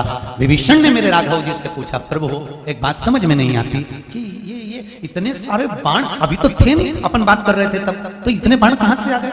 भगवान राम ने कहा बस आ गए होंगे, तुम्हें क्या करना, तुम तो अपना काम करो। रहा नहीं गया, विभीषण से रहा नहीं गया, और विभीषण सीधे श्री हनुमान जी महाराज के पास में गए, और विभीषण ने हनुमान जी महाराज से कहा अरे हनुमान जी इधर आओ। हनुमान जी बोले बोलो महाराज बोलिए क्या बात है? ये मैं और भगवान राम हम दोनों बात कर रहे थे, पर बात करते करते इतने सारे बाण इकट्ठे हो गए, इतने सारे बाण पड़े हुए थे, सब खंडित पड़े हुए थे, सब टूटे हुए पड़े थे, सब बेकार पड़े हुए थे। समझ में नहीं आ रहा है कि इतने सारे बाणों का ढेर आया कहां से, इतने सारे बाणों का ढेर आया कहां से, कहां से प्राप्त हुआ? आखिर इतने बाण आए कहां से? हनुमान जी महाराज ने कहा अरे विभीषण महाराज आपको मालूम नहीं है, रावण मेघनाथ पूरी सेना आपको मारने का प्रयास करती रही, आपका बाल बांका नहीं हुआ। विभीषण ने पूछा मुझे मार रहे थे? हाँ, बाल बांका नहीं हुआ। क्यों? तो हनुमान जी ने कहा आपको मालूम नहीं है आप किसके पास खड़े हुए थे? आप किसके पास खड़े हुए थे? राम जी के पास खड़े थे, इसलिए कोई कितना भी प्रयास कर रहा था पर वो बाण आपको नहीं लग पाए। प्रणत शब्द यही है। प्रणत का मतलब क्या होता है कि आप किसका मंत्र जाप कर रहे हो, किसके करीब में खड़े हुए हो, किसका भजन कर रहे हो, किसके नजदीक में बैठे हो, किस शिव मंदिर में जा रहे हो, शंकर का भजन कर रहे हो, श्री शिवाय नमस्तुभ्यम का जाप कर रहे हो, भगवान शंकर की कथा सुन रहे हो, भले टीवी के माध्यम से सुनो, भले फेसबुक यूट्यूब के माध्यम से सुनो, पर कथा तो सुन रहे हो। जितनी देर आप कथा में लगे रहते हो, आपके ऊपर कितनी भी बड़ी से बड़ी विपदा आ रही होती है, वो कटकर नीचे गिर गई होती है, उतनी देर समझ जाता है, प्रणत क्लेश नाश। लोग पूछते हैं महाराज जी शिवपुराण सुनने से क्या होता है? जितनी देर आप कथा में बैठे हो, जितनी देर आप भगवान की भक्ति में लगे हो, जितनी देर आप भगवान के भजन में लगे हो, जितनी देर आप नाम कीर्तन में लगे हो, जितनी देर आप संकीर्तन में लगे हो, जितनी देर आप भगवान शिव के मंदिर में लगे हुए हो, उतनी देर तुम्हारे ऊपर जो प्रणत समय है जो आ रहा था वो टल रहा है उस प्रभु की कृपा से। एक बात आपसे कहेंगे, अच्छी लगे तो रख लेना, नहीं लगे आसपास में जाते जाते कोई नदी पड़े तो वहां पटक देना। अच्छी लगे तो रखो, फालतू की चीजें जोड़ने से कोई मतलब नहीं दादा। और हमने एक ही काम करा, अपन लोगों ने फालतू की चीज बहुत जोड़ के रखी, कोई ना कुछ बोल दिया फालतू का जोड़ जोड़ के रखा। जब मुंह खोले फालतू की चीज ही बाहर निकले, उसने ऐसा कह दिया, उसने वैसा कह दिया, दिन भर तो उससे दिन भर तो ये फालतू की चीज है। सुने भी फालतू का, बोले भी फालतू का, और देखे भी फालतू का, और चल के जाए भी तो फालतू जगह, और काम भी करे तो फालतू का। क्यों?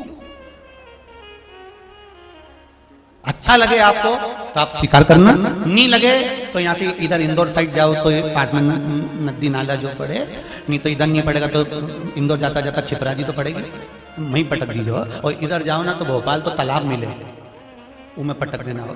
पर अच्छा लगे तो स्वीकार करना। एक बात अपने जीवन में उतार कर रखना कि दुकान पर बैठे हो, नौकरी कर रहे हो, सर्विस कर रहे हो, घर में काम कर रहे हो, परिवार में बच्चों को पढ़ा रहे हो, या कोई पारिवारिक कार्य कर रहे हो, उस समय पर भले तुम कथा मत सुनो, उस समय पर तुम भले भगवान का भजन मत करो, पर ग्राहक चले जाए, कस्टमर चले जाए, तुम्हारा कोई काम पूरा हो जाए और आधे घंटे की या 15 मिनट की भी फुर्सत मिल जाए, उतनी देर में चौकर छक्का लगा देना, उतनी देर में कथा सुन लो, उतनी देर में भगवान का भजन कर लो, उतनी देर में स्मरण कर लो, उतनी देर में कीर्तन कर लो। बहुत है, तुलसीदास जी लिखते हैं आधी में पुनी बहुत की प्रसन्नता से घायल हो जाए। तो मंदिर में जब जाना ना, भगवान के सामने शंकर जी के मंदिर में, इतनी प्रसन्न होके शिव जी को जल चढ़ाना, इतने प्रसन्न होके कि शंकर भगवान भी पार्वती से पूछे, ये बता मैंने तो सुना था कि इसके भाग्य में दुख लिखा है, तो इतनी प्रसन्न कैसे है? तो पार्वती जी भी कह दे तुम्हारे दरबार में आई है, प्रसन्न होके आई है तो प्रसन्न होकर ही जाएगी, ये पक्का। ऐसे खाली कैसे चली जाए?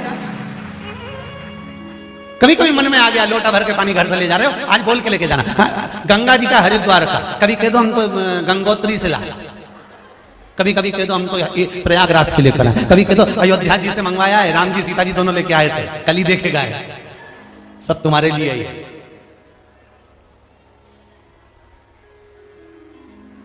सब तुम्हारे लिए। तो शिव जी पूछेंगे ये झूठ क्यों बोल रही है कि गंगा से लाई ने हरिद्वार से लाई, झूठ बोल रही है कि तू हरिद्वार कब चली गई? पंडित जी कहेंगे तू हरिद्वार कब चली गई, तू प्रयागराज कब गई, तू अयोध्या कब गई, कब गई तू गंगोत्री? तो कह देना शिव महापुराण की कथा कहती है, जितने कदम चलकर हम कावड़ का जल लेकर, हाथ में जल लेकर, जितने कदम चलकर हम शंकर के मंदिर तक या बेलपत्र के वृक्ष तक जाते हैं, जितने कदम चलते हैं उतने तीरथ हम पार कर कर शिव के नजदीक पहुंच जाते हैं, उतने तीरथ पार कर कर। सारे तीरथ धाम आपके चरणों में, हे भोलेनाथ प्रणाम आपके चरणों में। सारे तीर्थ वहीं पर है, वहीं। पहले कथा में कहा 33 कोटि देवता शिव जी के शिवलिंग के पास, 33 कोटि, पूरा परिवार तो है ही, 33 कोटि देवता जहां से जल निकलता वहां विराजमान होते। तो देवता सब वहीं बने, तो बैकुंठ कहां होगा? ब्रह्मलोक, इंद्रलोक, जल लोक, वरुण लोक, गरुण लोक, सारे लोग वहीं। इसलिए शिव जी का मंदिर नहीं होता, शिवालय होता है। क्या होता है? शिवालय। शिवालय का मतलब होता है लय, लय मतलब इसमें विलीन हो जा, शिवा इसमें समा जाए।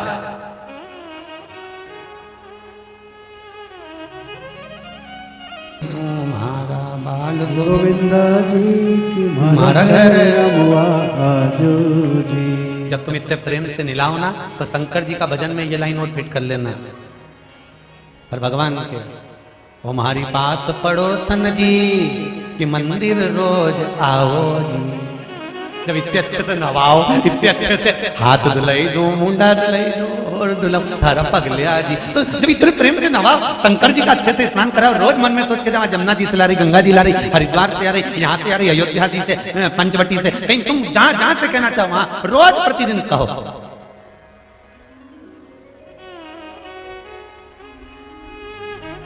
उसके दरबार में जाते से ही, शिवालय में जाते से ही सारे तीर्थ वहीं मिल जाते। झूठ नहीं बोल रहे हो तुम, हो सत्य।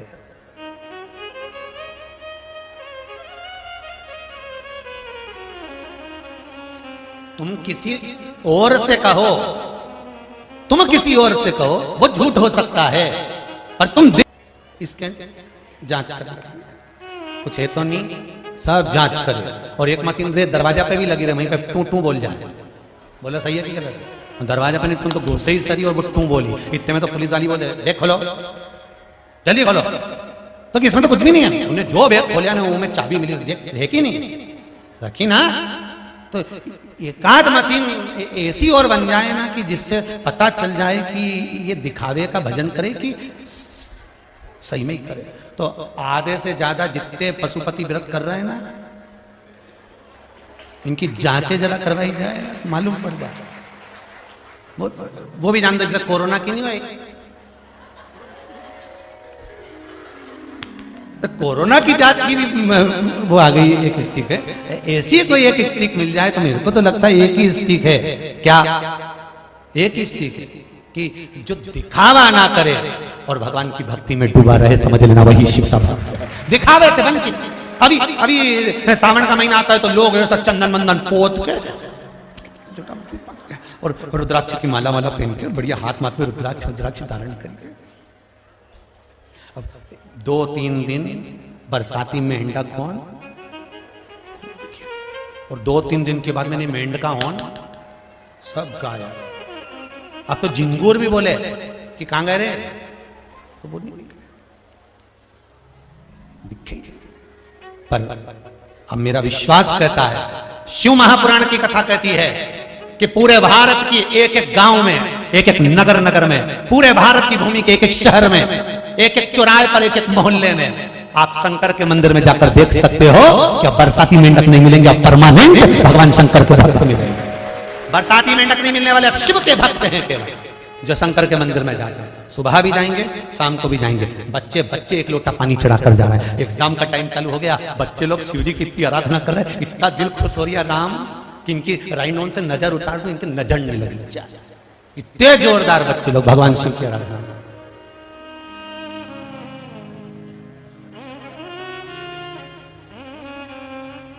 भक्ति किसको कहते हैं, भजन किसको कहते हैं?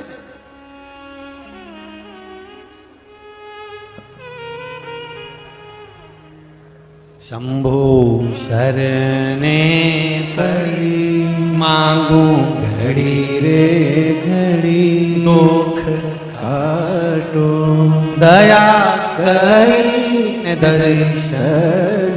आप दिल से उसको कहो, जैसे वो दिल्ली वाले आए थे कहकर चले गए, भगवान ने कृपा तो करी, वो करता है।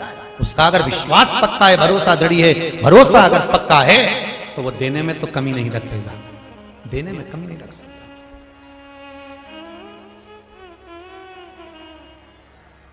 हम तो आप लोगों से ज्यादा मिल भी नहीं पाते, बोलो मिले।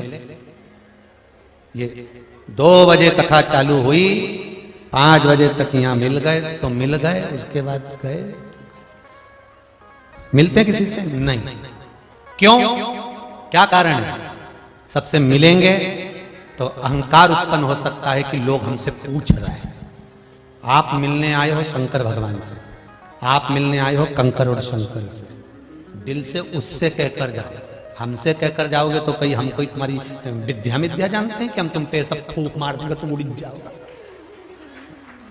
कुछ नहीं आता दादा, सीधी सीधी शिव पुराण की कथा आती है, जैसी पढ़ लेते हैं पुराणों में से निकाल निकाल के बाज देते हैं। और सबसे बड़ी बात तो है आप भी ऐसे सीधे साधे हो कि सीधी सीधी सुन रहे हो।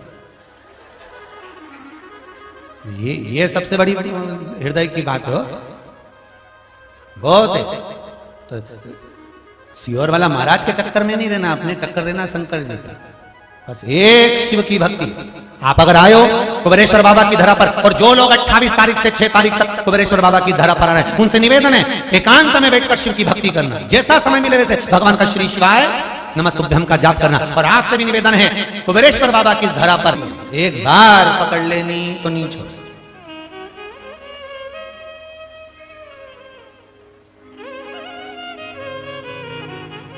महाराज शिव पुराण कर रहे हैं, शंकर की कथा कर रहे हैं। महाराज दक्ष प्रजापति ने यज्ञ रखा, उस यज्ञ में सबको बुलाया, सबको, पर शिव को नहीं बुलाया। यज्ञ सफल हुआ क्या? नहीं।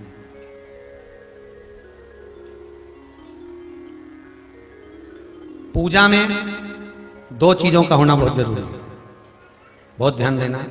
एक, जब कोई भी विद्वान ब्राह्मण आपके घर में पूजन कराने आते हैं, कोई भी विद्वान ब्राह्मण जब आपके घर में पूजन करते हैं, कोई विद्वान ब्राह्मण जब आपके घर में पूजन करने के लिए आते हैं, पूजन कराते हैं, सबसे पहले दीप प्रज्वलित करते हैं।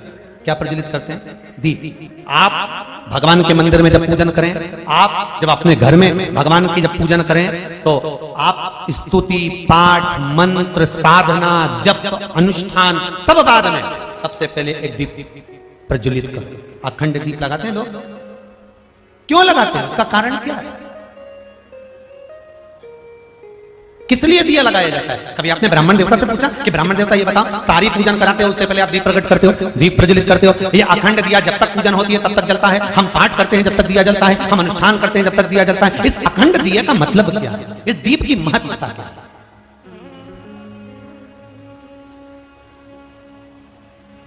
क्यों जलाया जाता है दिया? शिव महापुराण की कथा कहती है, पद्म पुराण कहती है, महाराज उस दिए को जलाने का केवल एक कारण होता है, चाहे ब्राह्मण हो चाहे यजमान हो, दोनों के बोलने में अगर कोई त्रुटि हो गई हो, दोनों के बोलने में कुछ गलती हो गई हो, तो शंकर भगवान का अर्थात जो दीप प्रकट करा है, इसमें, इस ज्योति में, इस दीप में, इस अग्नि में वो बल होता है कि सारी त्रुटियों को समाप्त कर देता है, सारे देवताओं को एकाग्रित कर देता है। उस दीप में वो बल प्राप्त होता है, उस दीप में वो बल होता है कि सारे 33 कोटि देवता उस समय पर मात्र दीप प्रज्वलित करते से सम्मुख में आकर खड़े हो जाते हैं। और ये आपने अपने दरवाजे पे दिया लगाया, जैसे आपने अपने घर के बाहर दिया लगाया, ऐसे और भी तो घर के बाहर दिया लगाते होंगे। कई लोगों की आदत रहती है, फुलझड़ी जलाने के लिए बच्चे गए तो उसका दिया जो ठंडा हो गया फुलझड़ी की वो लो से वो चले गया, तो बच्चे क्या करते हैं? दूसरे के घर का दिया उठाकर अपने ओटले पर रख देते हैं। जब अपने ओटले पर रखते हैं तो उस घर में व्याधियां आना प्रारंभ हो जाती है। व्याधि कैसी? शारीरिक कष्ट होगा, रोग बढ़ेगा, 1 रुपया कमाएंगे 1.25 रुपये खर्च होगा, घर में मानसिक टेंशन बढ़ेगा। तो लोग कहते हैं हमने तो दिवाली की पूजन करी थी, हमने तो अच्छा ही करा था, हमने तो कोई बुरा काम करा ही नहीं, तुम्हें नहीं मालूम कि बाहर क्या हुआ? दिया दूसरे के दरवाजे से चोर कर अपने दरवाजे पर रख दिया गया। बच्चे ने तो उसको भी नहीं मालूम कि माँ ने मुझे बताया ही नहीं कि इतने को दूसरे के घर का दिया नहीं उठाना चाहिए, हमें दूसरे के घर का दिया नहीं लगाना चाहिए, हमें दूसरे के घर का दिया उठाकर नहीं रखना है बिना पूछे। कोई दे दे, उनके घर का बच्चा हो, वो भी तुम्हारे साथ फटाके चला रहा हो, वो लेकर आ जाए तो भले रख लो, वो खुद लेकर आए तो रखो, पर हमारे घर का बच्चा दूसरे के दरवाजे से उठाकर लाए, हमें व्याधियों में डालना, हमें नहीं चाहिए किसी। ये बहुत छोटी सी बात है, पर आपने कभी जीवन में माइंड में लिया? नहीं लिया, वो आपके ऊपर, बुद्धि में लिया ना लिया वो आपके ऊपर। पर शास्त्रों में जिस चीज का आनंद लिखा हुआ है, जिसका वर्णन, आप दीपावली की पूजन करो, दिल से करो, आप हजारों दिए लगा, पर बच्चों को ये सीख दे देना कि बेटा, जैसे कहते हैं किसी का सामान मत चुराना, किसी का सामान नहीं लेना, बच्चों को ज्ञान नहीं हो पाता, वो तो फटाके चलाने गया या अपना दिया गड़बड़ हो गया, पड़ोसी का दिया उठा के लिया है, उसने तो लाके अपने दरवाजे पर रख दिया, पर उसका दोष भी तो देखो कितना है, कितना दोष। संपदा हम कमा रहे हैं, धन हम कमा रहे हैं। महाराज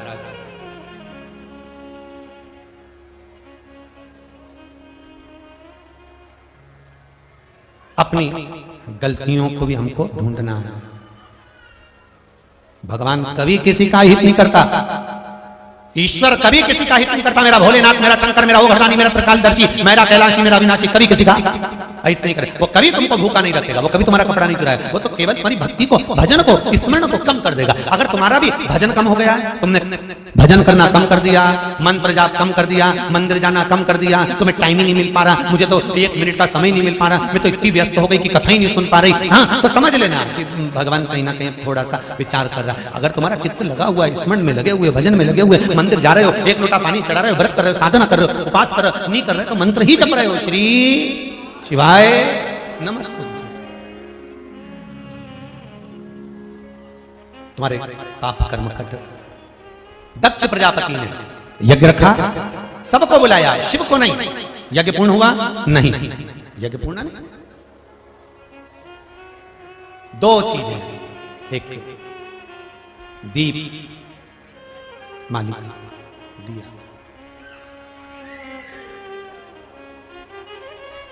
एक दीप पूजन में होना बहुत जरूरी है। क्या? जम के बोलिए जरा। पूजन में दीपक होना बहुत जरूरी है। और दूसरा है, ऐसी कोई पूजन नहीं जिसमें महादेव नहीं। अगर जिस पूजन में शंकर नहीं होंगे, वो पूजन कोई देवता स्वीकार नहीं करता, कोई देवता स्वीकार नहीं करेगा, उस पूजन का कोई फल नहीं। जिसमें शिव नहीं है, अब कई लोग प्रश्न करते हैं, गुरुजी आया है,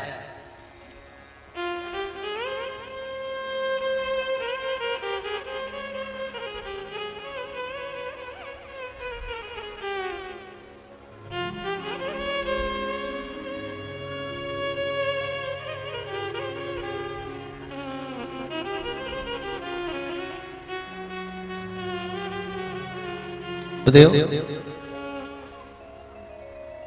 घर में शिवलिंग है, घर में शंकर भगवान है, और आप कहते हो कि कुबेरेश्वर महादेव का कंकर शंकर है, तो हम क्या यहां का कंकर ले जाएं? जब घर में शिव है तो ले जाने की जरूरत नहीं है, शंकर है ना, वहां पर भी विराजमान है और यहां पर भी विराजमान है, वहां है शिव। जिस घर में शिव नहीं होता, जिसके घर में भगवान शंकर के शिवलिंग नहीं है, जिसके घर में भगवान शंकर का शिवलिंग विराजमान नहीं है, उसके घर में वो कितना भी चाहे अनुष्ठान पर अनुष्ठान कर ले, चाहे जाप पर जाप कर ले, चाहे वो पाठ पर पाठ कर ले, चाहे वो कितना भी संकल्प ले ले, चाहे कितनी भी पूजन कर ले, स्वीकार नहीं। राम के बिना शंकर नहीं, शंकर के बिना राम नहीं, कृष्ण के बिना शंकर नहीं और शंकर के बिना कृष्ण नहीं। इसलिए आज भी मेरे बद्रीनाथ जाओ तो बीच में केदारनाथ जी पढ़ते हैं, तिरुपति जाओ तो नीचे कपिलेश्वर महादेव पढ़ते हैं, नाथ द्वारा जाओ तो एक लिंग जी पढ़ते हैं। ऐसा कोई कृष्ण मंदिर, राम मंदिर बता दो जिस मंदिर के पास में शंकर का शिवालय नहीं है, जिस मंदिर के पास में शंकर जी नहीं हो। नाथ द्वारा में जाओगे तो शिव मिलेंगे। आप द्वारका जी जाओगे, द्वारका जी के दरवाजे पर प्रवेश करोगे, सबसे पहले शंकर का दर्शन होगा। करे कि नहीं करे? द्वारकाधीश के मंदिर में प्रवेश करो, बड़े गेट के पास में राइट हैंड में नीचे शंकर जी का मंदिर, पहले ही प्रवेश करो। नाथ द्वारा जाओ तो एक लिंग जी, और नाथ द्वारा में जब प्रवेश करो तो मार्केट में बैठे हैं भगवान शंकर का शिवलिंग, जो भगवान शंकर स्वयं श्री जी बाबा जतीपुरा से जा रहे थे ब्रजवासियों के साथ में, बैलगाड़ी में, छकड़े में, उस घास की गाड़ी में जा रहे थे, शंकर जी मसाल लेकर चल रहे थे, स्वयं शिव। आज भी शिव वहां पर विराजमान है मंदिर में। तिरुपति के मेरे बालाजी के मंदिर में जब वेंकटलाल तपस्या करने बैठे तो उन्होंने शंकर जी से पूछा, मैं यहाँ तप करने बैठ रहा हूँ, मेरी रक्षा कौन करेगा? शंकर भगवान ने कहा, मैं करूंगा। कपिलेश्वर के रूप में विराजमान हो। बद्रीनाथ जाओ तो वहां केदारनाथ जी में बैठा है। ऐसी कोई राम और कृष्ण की भूमि बता दो, ऐसा कोई स्थान बता दो जहां शंकर नहीं, जिस भूमि पर शिव नहीं है। पर लोगों ने, फिर कहूंगा जो कल कहा था, सनातन हिंदू धर्म के लिए, सनातन हिंदू धर्म में केवल एक हिंदू धर्म के अंतर्गत देव अधिदेव महादेव का वर्णन हमारा शास्त्र करता आया है कि वो थे, हैं और रहेंगे, बाकी के सब तो आते जाते क्रम बना रहता है। पर शिव है, शंकर मेरे राम के बिना नहीं रहते, राम शंकर के बिना नहीं रहते, कृष्ण शिव के बिना नहीं रहते, शिव कृष्ण के बिना नहीं रहते, एक क्षण नहीं रह सकते। राम जी का अवतार हुआ, प्राकट्य हुआ, सबसे पहले दर्शन करने कौन गया था? बोलते जाओ जाओ, कौन गए? भगवान शंकर। और जब भगवान कृष्ण का प्राकट्य हुआ, श्री कृष्ण के दर्शन करने चले सदाशिव गोकुल में, अली गली में शोर मचावे चले सदाशिव। अब देखो, सबसे पहले प्राकट्य हुआ, प्रथम वैष्णव है शंकर। मेरे राम जी की कथा में तुलसीदास जी ने लिख दिया, जो शिव की आराधना नहीं करता, शंकर को नहीं भजता, उसको राम कभी जिंदगी में नहीं मिल सकते। भागवत जी में वर्णन आता है, वेद व्यास जी लिखते हैं, भागवत के शुरुआत में जो शंकर की कथा आती है उसमें वर्णन करते हैं कि शिव आराधना मूल है, तब कृष्ण की प्राप्ति होती है। मिल नहीं सकती। पर दुनिया के लोगों ने ना जाने किसके कहने पे शंकर जी के जितने शिवलिंग घर में रखे थे, सब के निकाल के पीपल का पेड़ के नीचे धर जाए।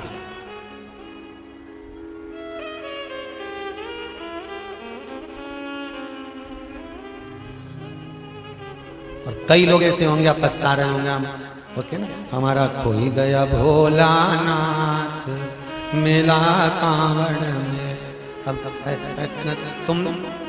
तुम में भी कई ऐसे होंगे जो शंकर जी को कहने पे दरियाए पीपल का पेड़ का नीचे। शंकर जी अकेले बैठे बैठे सोच रहे, क्यों रही हो कमला, क्यों धर दिया मुझे पीपल के पेड़ के नीचे हो, क्यों? कहीं की कमला बैठी हो तो बुरा मत मान जो। क्यों क्यों धरी आई पीपल के पेड़ के नीचे? किस लिए? देव अधिदेव महादेव सर्वस्व सर्वस्व।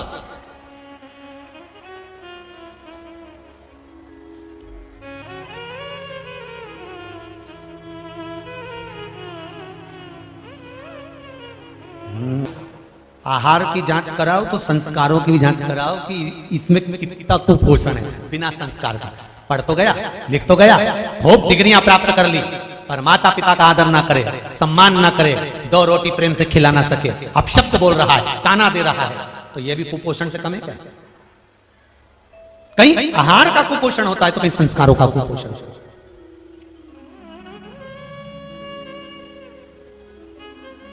कल की कथा याद करिए, कल वाली, जहां बड़े गरम छोटे नरम वहीं है शर्म, जहां छोटे गरम बड़े नरम वहां सारे बेशरम, जहां बड़े गरम छोटे भी गरम वहां सबके गरम। समझ जाओ रे, अरे ओ जितने सुन रहे हो अच्छे से समझ जाओ। हमें थोड़ा सा संवरना है, हमें थोड़ा सुधरना है।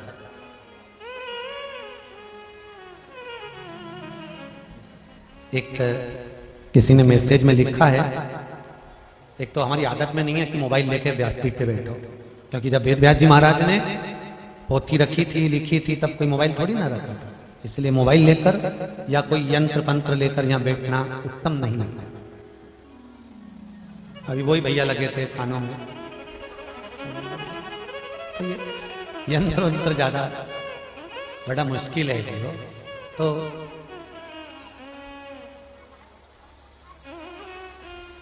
मैसेज में लिखा था किसी ने कि भाई भजन कीर्तन स्मरण नाम जाप जो मनुष्य करता है, उस मनुष्य के खाते में पुण्य अगर मान लो सारे छिन्न हो जाए, चले जाए, तो फिर उसके खाते में जो उसने भजन किया होता है, स्मरण किया होता है, उसका पुण्य थोड़ा सा रहता है कि नहीं रहता? पहले भी कथा में कहा 10 दिन पहले क्या खाया आपको नहीं मालूम, 15 दिन पहले क्या खाया आपको ज्ञात नहीं है। पर 10-15 दिन पहले जो खाया वो शरीर में रक्त बन गया और वो रक्त आज भी तुम्हारे शरीर में है। कथा सुनी, पूजन करी, अर्चना करी, 1 लोटा पानी चढ़ाया शिव जी को, वो तुम्हारे खाते में आ गया। शंकर के द्वार पर किया गया दान, पुण्य, भजन, स्मरण, संकीर्तन कभी छिन्न नहीं, वो बढ़ता है, बढ़ता है। काम करे चंडाल का काल, उसका क्या बिगाड़े जो भक्त हो महाकाल का।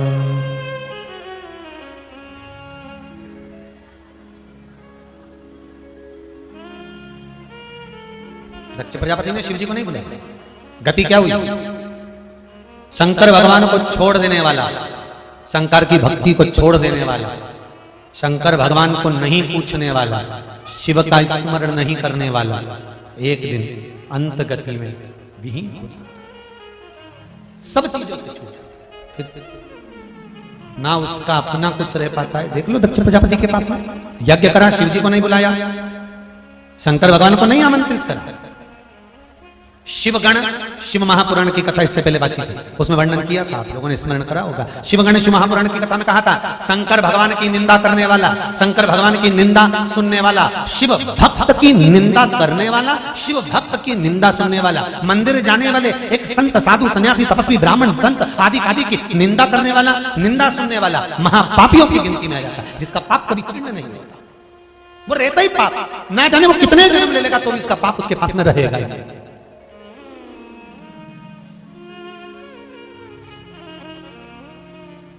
शिवगण शिव महापुराण।